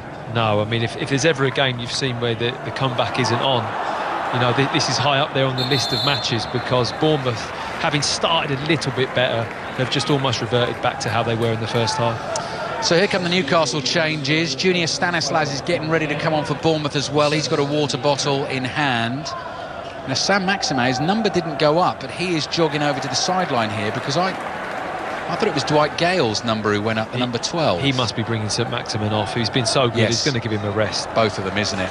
Sam Maximin off, who still has a massive part to play for Newcastle for the rest of this season. He's got a lovely, big, broad smile on his face. He knows he's played well, doesn't he? He absolutely does, and he should have a big smile on his face. And he was told that by Steve Bruce. So Carroll and Lazaro on. St Maximin and Gale off, and Gale is making his way around the pitch because you've got to leave the field at the nearest point. Harry Wilson is coming on for Arnaud Danjuma, and Junior Stanislas is coming on for George, our producer, is going to show me David Brooks. So Stanislas and Wilson replacing the two wide men, Danjuma and Brooks. So plenty of changes just been made. Newcastle leading by 3-0. Arsenal 2-0 up on Norwich. Everton leading Leicester 2-1. Derby 1-0 winners at Preston. Huddersfield, despite seeing a penalty saved, 2-0 up at Birmingham, a win that will take them out of the bottom three in the Championship. Forest and Bristol City. Forest sitting in 5th at the start of tonight in the Championship. Still goalless at the City ground. Dubravka clears with his right foot. Steve Cook shepherds it back to his goalkeeper. Dubravka's had nothing to do, Matt, has he, for Newcastle? Has there been a shot on target? No. I can't think of one. I mean, Brooks hit the bar, but obviously that's not on target, obviously, by its very definition. Shelvey in with the challenge, got the ball, then the man, free kick. He's done well to get away with no yellow card there, Shelvey. It was one of those little late kind of lungy tackles. Late and lungy from John Joe Shelvey. Eddie Howe is crouched down right on the side of this pitch, desperately hoping his team can give him something to go at for the next 4 games, the next 6 games in total, but there's just been very little to cling on to in this performance. Played 18 minutes in the second half. Danny Rose has just come back from his warm-up for Newcastle. Bournemouth trailing by 3-0, and so West Ham will now see the home game against Chelsea as an even bigger opportunity. Were they to win tonight, they would move 3 points above Bournemouth, 2 points above Watford, and 3 points behind Brighton, who were the only one of the bottom 5 to have actually won a game since the restart so far, with that excellent comeback win against Arsenal. Throw in for Bournemouth on the left. Lloyd Kelly takes it, throws it back to Ake. Ake across to Steve Cook. Cook finds Smith. Not too many options there. Infield to Lerma. Lerma runs away from Bentaleb, all inside the Bournemouth half. Ake, wide ball to the left. Uses Kelly. Kelly tries to take on Lazaro. He's tackled, and the ball goes out for a throw-in to Bournemouth on the left wing, midway inside the Newcastle half. So Bournemouth trailing 3-0. What about Goodison Park? A little bit closer there, Juliette Farrington. A little bit closer. They are under the cosh, Everton, and Michael Keane, what a puff of the cheeks from him, clearing off the line after Pickford. The ball came in from a cross. It slipped through his fingers. He had a moment there. He was so lucky. Made an absolute howler, but Michael Keane was there to sort of clear inches off the line. So close to another an equaliser for Leicester. Everton still lead here by 2-1. And last we heard from Emma Saunders, Norwich, although they were behind, were playing a little bit better, Emma. Yeah, they still are, and you're right, still 2 behind, but up in the ante. Furious as well that they don't have a penalty. Todd Cantwell going down with a bit of a barge from Kolasinac. You've seen them given, but it wasn't. The players did swarm around the referee and the linesman, but it was a goal kick. Referee pointed to that spot, and it's Arsenal 2, Norwich 0. Joelinton is down for Newcastle with an injury at the moment, so he's going to need a little bit of treatment, which gives us a chance to get to the City ground. Nottingham Forest playing Bristol City this evening. Aaron Paul. Still 0-0 here. The visitors have started the half, the brighter of the two sides once again. Naki Wells with a header deflected over by Tobias Figueiredo, and you've just seen Ashley Williams as well fire a header in towards Bryce Samba's goal. Thiago Silva has had Forest's solo opportunity this half. That one a long ranger well wide of Dan Bentley in the Bristol City goal. It's 0-0. So while Joelinton receives treatment, referee Kevin Friend has decided it is a drinks break as well here at Bournemouth. Bournemouth 0, Newcastle 3. Jonathan Overend watching Birmingham against Huddersfield. Still Birmingham 0, Huddersfield 2 here. And when Birmingham were 2-0 down on Saturday at home to Hull, they fought back for 2-2. They were lucky not to lose that day, but they're not showing the same verve or vitality at the moment to get themselves back into this one. They're really struggling for ideas, Birmingham. Huddersfield have done well to take this 2-0 lead. Now it's the rearguard action to hold on to it. Birmingham 0, Huddersfield 2. Thank you, Jonathan. Drinks break almost over here. I'm just using this break, Ali, to look at the replays of the goals, and the intensity of defending from Bournemouth on all three is just awful. You know, we can say that Newcastle have done well, and St Maximum, Almiron's goals, lovely finish, all the rest of it, but there's just no one's laying a glove. You know, it's like shadow boxing, and the whole game from Bournemouth's perspective, the most worrying thing that you can forgive poor quality, missed chances, not having a good day, but you can't forgive the other side of it, which is, you know, really getting involved, getting stuck in, getting close to people and making life difficult for the opposition. Ake's ball into the penalty area. Josh King battles for it. One of the Newcastle defenders, I think Fernandez, has gone down holding his face. King bumped into him, so we've got another stoppage in play. And just don't know what, if you're Eddie Howe and his assistant Jason Taylor, I just don't know what you take out of not only this game but the 3 games they've played, because there is very little to go at for Bournemouth here. Like you say, the defending has been poor, Matt. They're not getting shots on goal, so if you're letting them in one end and not scoring the other, I mean, they're obviously not going to give up. There's still 6 games to go and the other teams around them aren't winning, but you just can't see where they're going to get a win. You can't. Like I say, the only saving grace is, you're right, that not many people are winning.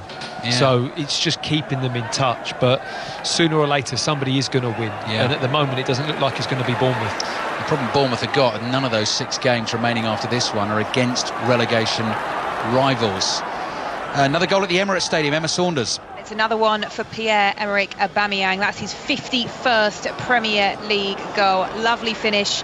Once again, a bit of a mistake from the Norwich defence once more, but to be expected. They're now 3 goals down, Ali. You'd think there's no way back. And looking out there, the body language says the same. Arsenal 3, Norwich City 0.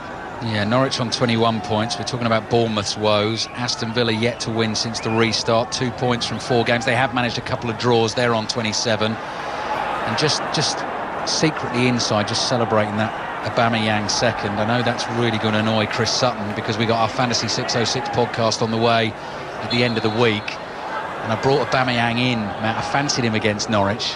Smart move. Made him my captain, and that's good news. So I know Chris will be chuntering. That podcast will be available via the BBC Sounds app for you on Friday as we look ahead to the next round of fixtures. The Football Daily will be there for you tomorrow morning as we round up everything that has gone on today, and also that news, of course, that Wigan have gone into administration. Points deduction will be added at the end of the season. Were it to be 12 points at the moment, though, they would be all the way down to the bottom of the table, 2 points behind Luton. They're playing well at the moment, so really tough news for them. Here's Ake for Bournemouth. Good ball out from the back, Lloyd Kelly, into the feet of Lerma. Here's Harry Wilson, on loan from the champions, Liverpool, for trying to keep Bournemouth in the division, on loan here this season. Solanke, I mean, he's not had a look in, has he, Matt? Solanke's not had a look in. No, and when he has had the ball, it hasn't been of the top quality that you need, and the creativity just hasn't been there from Bournemouth. And I think, you know, we've touched on it earlier, from wide areas has been key here at home. You know, they've normally been rampaging down the flanks and had good link-up play, but they haven't been able to get down the sides either. Here's Lloyd Kelly playing to the left, so Stanislas is playing wide left now, having come on. Harry Wilson's on the right, Solanke and King as a 2 through the middle. Bournemouth 0, Newcastle 3. Arsenal 3 up on Norwich. Leicester trying to fight back against Everton, went 2-0 down early on. It's 2-1. This is better from Bournemouth, but Smith runs into trouble. Tackled by Bentaleb, can't find Joelinton, who's stayed on the field, and Lerma goes scurrying back for Bournemouth and gets the ball just short of the halfway line into the feet of Adam Smith. Bournemouth away at Manchester United is your 3 o'clock commentary Saturday afternoon on 5 Live this weekend. Lazaro to Shelby. Joelinton's load of space on the left here as Shelby can see him. There's 2 of them out there, Almiron and Joelinton. Now Joelinton is able to run at Steve Cook. He's into the penalty area. He's just taken it beyond him. That was poor. and Steve Cook is able to intercept. Couldn't find Andy Carroll with the pass.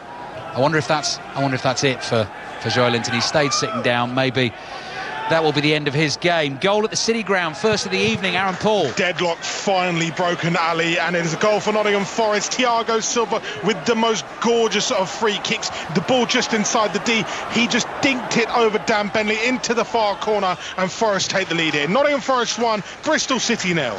They will move above Fulham on goal difference. The two teams on 67 points. West Brom away at Sheffield Wednesday this evening. If they can win that, they'll be just a point behind the leaders' Leeds. But Brentford in such great form will be hoping Sheffield Wednesday can do them a favour. Bournemouth playing some good stuff here. Harry Wilson crashed into by Bentaleb. Free kick given, and Bentaleb is so annoyed with the decision. You probably heard him screaming across our microphones. Two more subs coming on now for Newcastle.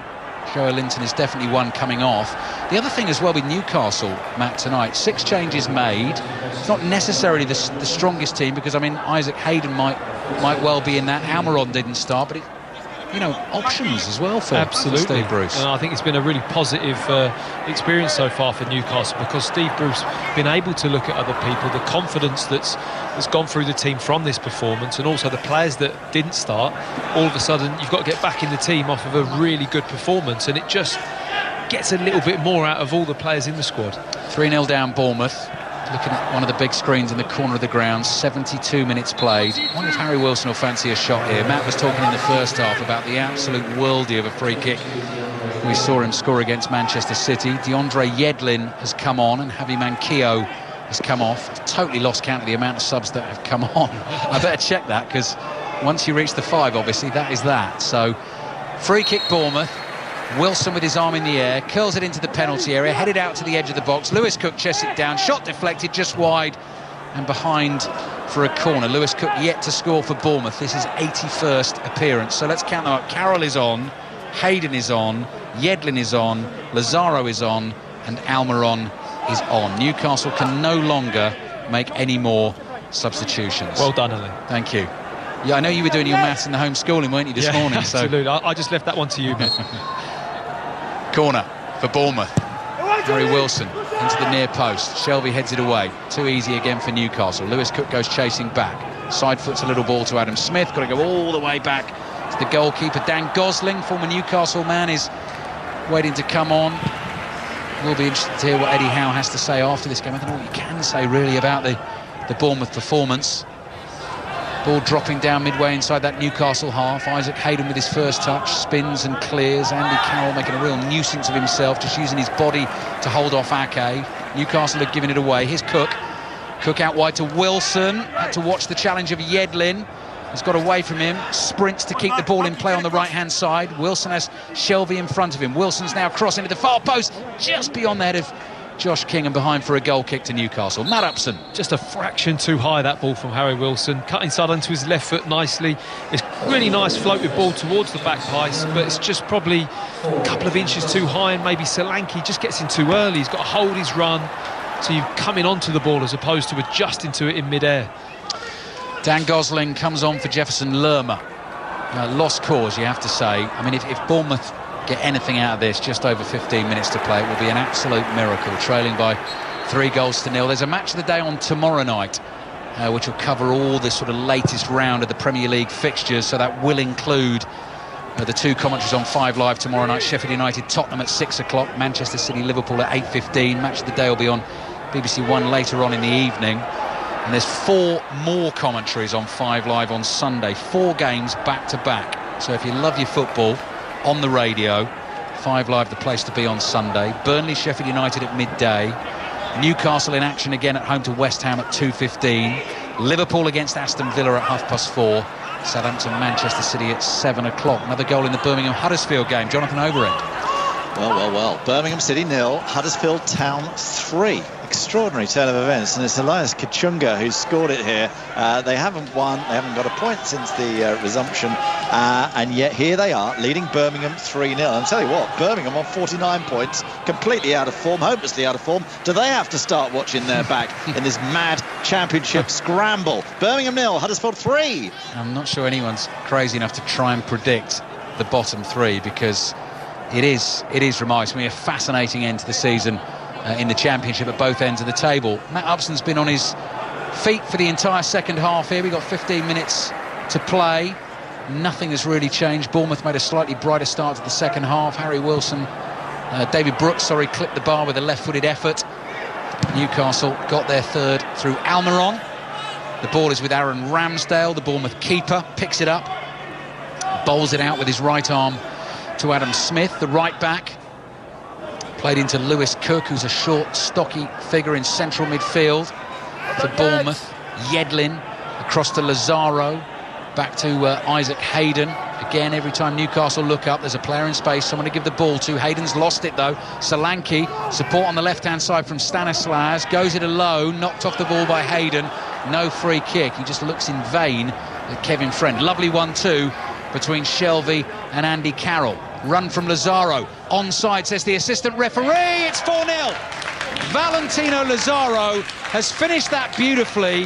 The 1-2 between Shelvey and Carroll was perfect, and then the lay through to Lazaro put him in on goal. He's made no mistake, and Newcastle are absolutely hammering Bournemouth. Bournemouth 0, Newcastle 4. Well, it's going to start to become damage limitation, or whether or not we'd actually surpass that point for Bournemouth. It's just getting worse and worse and worse. It's a really well worked goal, you have to say that. It's a slick 1-2 with Andy Carroll and Shelvey, but it's a lovely timed run from Lazaro. He's starting on the right hand side. Shelby's driving through with the ball. Aki doesn't see the run behind him. I don't think there's any communication from Lloyd Kelly to tell him that Lazaro's coming across, and it's just a cheeky little left-footed dink over the diving body of Ramsdale. And it's just, again, another goal. They're very similar, aren't they? Very, very good goals, but just too easy. Video assistant referee was just checking on the offside decision. The flag stayed down. The call was spot on. Lazaro was onside. And I'm just now starting to scroll through Bournemouth's results this season. This is going to have to be one of the worst defeats and worst performances of the season, when they needed the exact opposite, trailing 4-0 at home to Newcastle. Aaron Ramsdale takes a touch inside his 6-yard box. Again, Newcastle players closing in. They don't want to concede a fifth or even a possible sixth. You could see it though. You could see it maybe now. Lazaro bringing it forward, 25 yards. Oh, what a hit! Off the bar, Ramsdale scrambles it. Oh, what a miss! An incredible miss from a couple of yards out from Isaac Hayden, with the entire goal at his mercy. Lazaro's shot came back off the bar, it hit Ramsdale, it fell perfectly for Hayden, and somehow he spooned it over the bar, and it stays 4-0. I mean, just look at the time and space that Lazaro has. The ball pops out to him. The Bournemouth back four are about 15 metres away from him. He has another touch, and thinks, OK, I'm going to smash one. And what a strike off the crossbar. Almiron on the left, crossing in towards Andy Carroll. Headed chance has gone well wide. This could be any number. Did that cannon down and hit Ramsdale? Nearly hit Ramsdale and went in the net, didn't it? Could have gone. It was a really good strike, straight down off the crossbar onto the goalkeeper. Well, Chris Mepham is coming on, so he's a centre-back, Welsh international. Steve Cook is coming off, so it's not sort of adding extra defensive numbers, it is just making a change, it is just doing something. It's desperate for Bournemouth at the moment. I mean, this has been awful for them tonight. And by the way, the other thing I didn't even consider, Matt, they've now dropped behind Aston Villa in the bottom three on goal difference, having conceded the four. So, and as tight as it is, you've got three teams on 27 at the moment, one on 28. It could come down to that as well. So. Absolutely. I mean, the goal difference it could well be crucial. Bournemouth 0, Newcastle 4. Arsenal leading Norwich 3-0. Everton and Leicester is still tight. That is 2-1 to Everton. They got those two goals early. Iheanacho's got one back in the second half. Huddersfield are moving out of the bottom three in the Championship because they're winning 3-0 at Birmingham. Derby are just a point off the top six after their 1-0 win at Preston. Forest one up on Bristol City to solidify their place in that top six.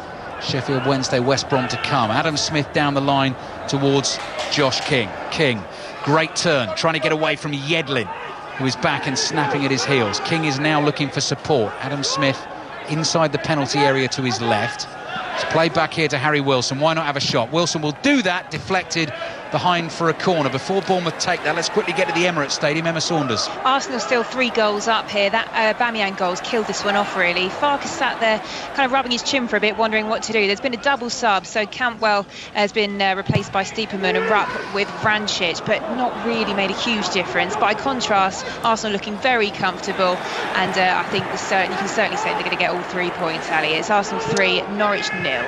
Thank you, Emma. Bournemouth pressing from the corner, couldn't turn it into anything. Couple of good balls in from Harry Wilson have been dealt with. Almiron on the dribble. Are Newcastle going to get a 5th? Shelby looking for that first-time ball with his left foot. Clever idea as well to try and sort of play Isaac Hayden into the channel. He just slightly overhit it. Sees it early, Shelby, doesn't he? It's one of his key assets. I said it earlier, he really does see an early pass. Just looking at these Bournemouth results, just sort of scrolling down them and looking for any hammerings this season. 4-0 they lost away to West Ham on New Year's Day. Lost 3-0 at home to Watford. I saw that one actually. They were very poor that day, well beaten. Lost 3-0 at Burnley, but this is a bad one, really bad one for Eddie Howe and Bournemouth. It's one that really makes you despair for their chances of staying up. We're into the last 10 minutes of the first half. We're also sitting in one of those empty stadiums where there's probably quite a lot of Bournemouth officials connected to the club. You can probably hear what I'm saying, but I don't think you can argue with it. Speaking really. The truth. Thank you, mate. Thank you. You're not making it up. It really has been that bad. It's very difficult to shine a positive light. Yeah. And you know, I'm struggling to find a positive part of this performance. Nathan Ake on the ball for Bournemouth. Newcastle have slowed it down. They're sitting off at the moment. And it really should be 5 because Isaac Hayden has missed one of the sitters of the season. Ball's high in the air inside the Newcastle box. Solanke underneath it, nods it down to Lewis Cook. Cook tries to flick a little pass out to Harry Wilson and tells Harry Wilson to go and chase it. Wilson had turned his back. Have you noticed those balls have been put back in position? That what we had that 90-minute break with the referee asked the goalkeeper to go and move, just sitting there again. It was so strange, that, wouldn't it? What was that about? I wonder, the only thing I wonder, Matt, is whether they'd not been cleaned at half-time or something like that. I don't know, you're right, they're sitting there on the 2 cones behind Aaron Ramsdale's goal to the left and the right. And there's some reason they had to be moved early in the second half. Well spotted. 8 minutes to play, second half. Bournemouth 4-0 down at home to Newcastle. Bentaleb shadows a ball back, plays it to Fernandes. Bentaleb to Yedlin, one of the 5 subs used by Steve Bruce. Bentaleb clears with his left foot, up to Andy Carroll.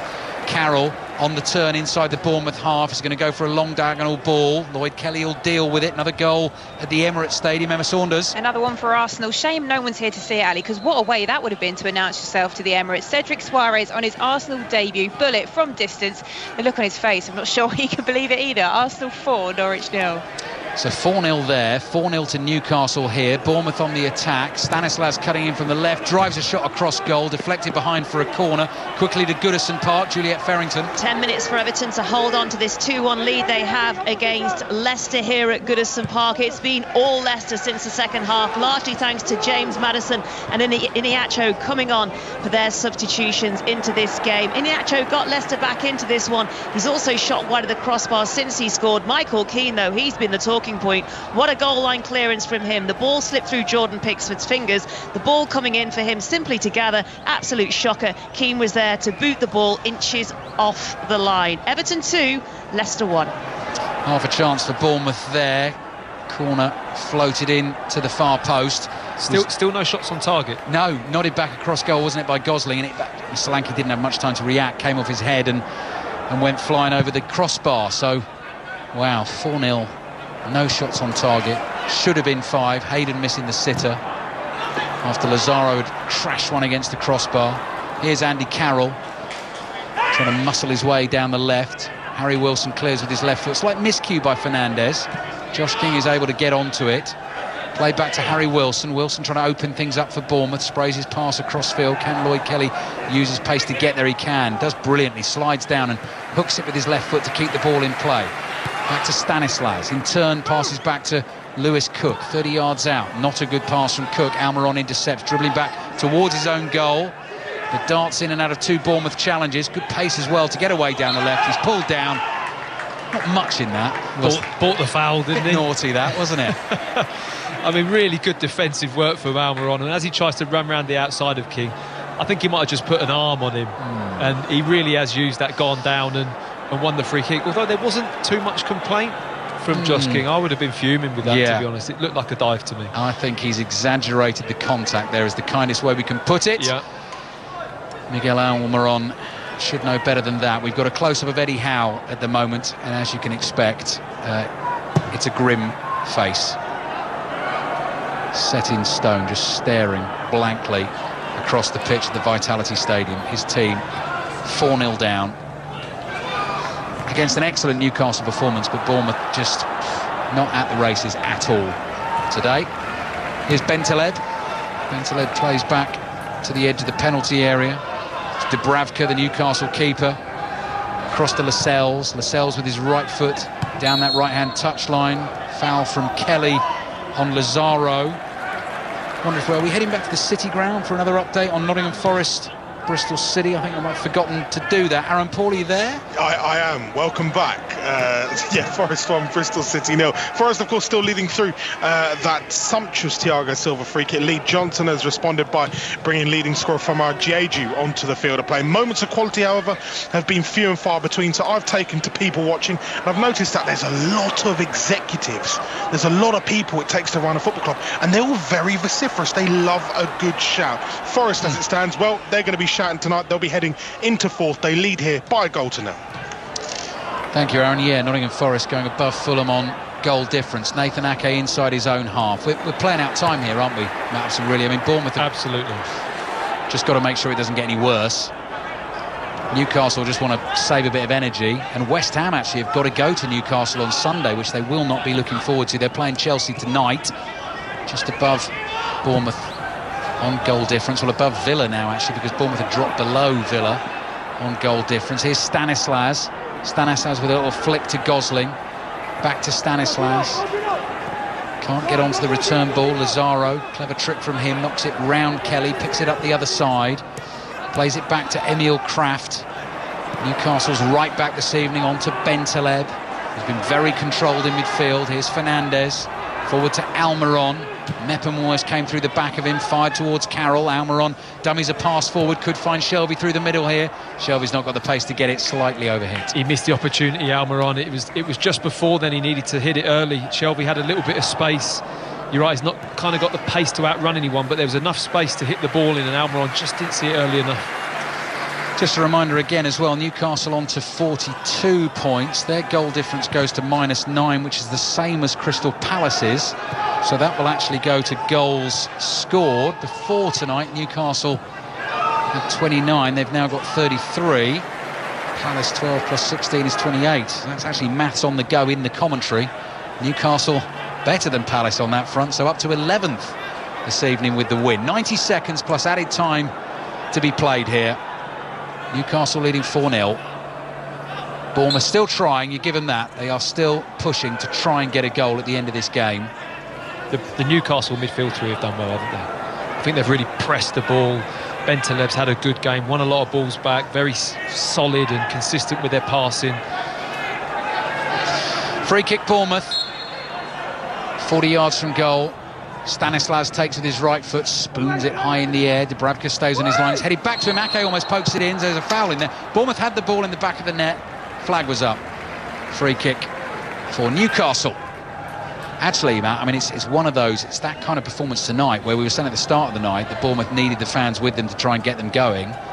Actually, now they're probably grateful they're not here, because they'd have taken some stick today, wouldn't they? It would be an interesting atmosphere if the Bournemouth fans had been in this stadium to watch this performance. I don't know how that would have gone, to be honest.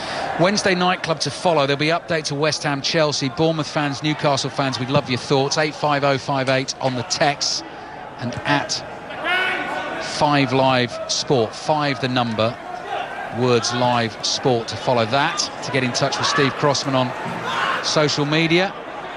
Throwing for Newcastle on the left, added time about to be announced here at the stadium. DeAndre Yedlin, the American international, waiting to take the throw. And fourth official Tim Robinson. So 5 minutes, do we need 5 minutes? Josh King. Well, I suppose Bournemouth could score 4 in 5 minutes. There'll be some turnaround. Here's Stanislas, finds Gosling, Gosling 30 yards out, rolls it to Wilson on the left foot, curling drive, bravely headed in the air by Fernandez over his own bar. Corner for Bournemouth. Matt Upson. He's done that 3 or 4 times, hasn't he, Harry Wilson? He loves coming in onto that left foot. It's a little bit predictable, I have to say, but he does manufacture the space, and he's got the left foot that's capable of a really good delivery or shot.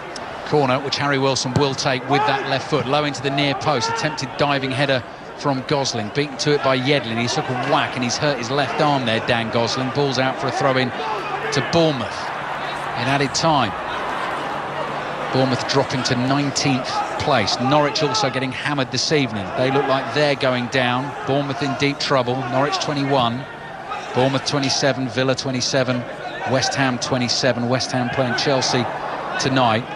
Lewis Cook takes a quick throw for Bournemouth, back into his own half. Here's Mepham. Mepham runs past Andy Carroll, crosses the halfway line. Long, high, lofted pass across the field to the left to Kelly. Kelly back to Stanislas. To Gosling, plays the 1-2 with Stanislas. Hayden slides in to intercept. It's towards Andy Carroll. Carroll on the turn. It's a lovely, low, fizzing pass out to Almiron. Almiron is running at Adam Smith, looking for options inside here. Where's the support? Comes from Andy Carroll. Low pass to Shelby, back to Carroll. Drives it hard. What a save from Ramsdale, behind for a corner. What a goal that would have been, by the way. Well, that would have just topped off the Newcastle performance, wouldn't it? I mean, lovely move, Almiron, 1-2s, and Carroll coming onto the ball, which, like you say, originally it was a lovely setup from him with a fizz pass, but strikes it with his left foot and earns the corner for Newcastle. I don't know if Steve Bruce could hear us there, but he's having a right old chuckle, Steve Bruce. I think he's probably sounds a little bit like watching Barcelona. Shelby stands the corner up. Good keeping from Ramsdale. There wasn't much pace on that, and he came early and grabbed it with both hands. Carroll's yet to score for Newcastle since his return, but that was great to watch. They've enjoyed themselves, haven't they? They've played the game in a manner where you can just tell they're enjoying themselves, and that says everything about Bournemouth's performance, because for the opposition to come to your stadium and enjoy playing like they have just shows you that there's something wrong. 2.5 minutes to play until this miserable night for Bournemouth will be over. They've got to go to Old Trafford on Saturday. 3 o'clock commentary on 5 Live, and I know they will have watched, they obviously will have watched what Manchester United did to Brighton last night and the way they're playing. So that's worrying. That is worrying for Bournemouth. It's worrying for the Bournemouth fans. Here's Nathan Ake. Ake with his left foot, side foot's a little pass to Gosling. Looking for the 1-2 here with Lewis Cook. Continues to bring it forward. He's fouled. Free kick Bournemouth. Inside the Newcastle half. Can they at least find something, a goal at the end of this game? All the Newcastle players come jogging back. Andy Carroll's got defensive duties to do. Looking like the tallest man out on the field. They're all lined up on the edge of the penalty area. Arsenal leading Norwich 4-0. Everton 2, Leicester 1. Free kick taken into the far post. Ake heads it beyond Dubravka, and it's stuck home by Dan Gosling. Gosling gets a toe on the ball. Bournemouth finally have a goal in added time. It won't make any difference to the result. This has still been a hammering for them tonight, but they finally have a goal. Bournemouth 1, Newcastle 4. You don't think the comeback's on? I don't. No? I don't. No, I'm not having it. You're squashing it now? Yeah. OK. No, I think you're right, but just went to sleep a little bit, Newcastle, didn't they? Didn't handle the set piece. Andy Carroll doesn't quite defend it properly. Ake, in fairness to him, does quite well, gets his head on it. You know, it's a scrappy goal, but Bournemouth are still chipping away. You have to say that's the only positive thing you can really look at. They've kept going. They're trailing 4-1. We're deep in added time. We'll check in at Goodison Park, and Kevin Friend is checking here that the goal will stand, and it does. 4-1 Newcastle. Here's Juliet. Where Everton still lead Leicester 2-1. We're into 6 minutes of added time. We've got around 3 minutes remaining of this, and Leicester are severely chasing down an equaliser. And it could have been an equaliser had it not been for Michael Keane's goal line clearance after an absolute howler from Jordan Pickford in the second half. They've done better in terms of organisation, Everton, than they had been at the start of the second, dealing with this Leicester City side. But Leicester desperate to get a point at least from this match. Everton hanging on to all 3 right now. It's still Everton 2, Leicester 1. John Joe Shelby, can he find a fifth for Newcastle? Crowded out. He had an option to his right in Almiron. He fancied it himself. He's tackled on the edge of the box. Chelsea at West Ham tonight. If Chelsea win the game, they will go 3rd on 57 points, and Leicester drop to 4th on 55. The full-time whistle blows at the Vitality Stadium, and that has been an incredibly depressing and painful evening for Eddie Howe and Bournemouth Football Club. Outplayed, outperformed, outclassed by Newcastle. They got a consolation goal at the end of the game, but the goal difference has taken a hammering, and it really does look difficult for them at the moment to rescue themselves from this desperate situation. Dwight Gale got it off to a flying start for Newcastle after a Bournemouth mistake at the back. Sean Longstaff got the second. Two more in the second half from Almiron and Valentino Lazaro. And Newcastle have run out Matt Upson. Very, very comfortable winners. Well, I think the bad thing is that you can add outworked to that list as well, which is the most damaging one for Bournemouth. I think, you know, with this type of performance, you can sometimes have off days or not play well, but they just haven't looked like they've had the appetite to go on and win this football match. Right from the off, it was very clear that it wasn't going to be their day, and where they go from here to pick themselves back up, it's a huge task for Eddie Howe. Body language so telling, so obviously telling, and it's an obvious point to make as the two sets of players come off the field, because although there's no fans inside the stadium, the Bournemouth players couldn't bring themselves to lift their heads. I think they're embarrassed by what's happened there tonight, and the Newcastle players, quite rightly, chest puffed out. Steve Bruce is there congratulating every one of them. That must be Bournemouth's worst performance and worst defeat of the season. It was awful. Absolutely, because Newcastle looked like they could have played another 45 minutes and played the same. That's how comfortable they were in the ball, out of possession. They were just enjoying themselves. And when you come to somebody else's stadium and you look that good walking off the pitch, you know it's been too easy. 6 games to go for Bournemouth. The next 4 away to Manchester United, at home to Tottenham, at home to Leicester, away to Manchester City. They are in real trouble. Bournemouth 1, Newcastle 4. More with Ali and Matt in a second, but it's finished at the Emirates. Emma Saunders. Arsenal 4, Norwich 0, and a comfortable return to their home in North London. Shame there wasn't a crowd here to see it, but it didn't stop Aubameyang flipping in celebration. So Arsenal up to 7th. It was well organised, confident, composed, bar a spell that followed Norwich's triple sub, but that was soon killed off by Aubameyang's second goal tonight. That's his 19th of the season, ties him with Vardy. Cedric Suarez with a landmark goal tonight as well, his first for Arsenal on debut. Norwich, they did their best, I suppose, with a makeshift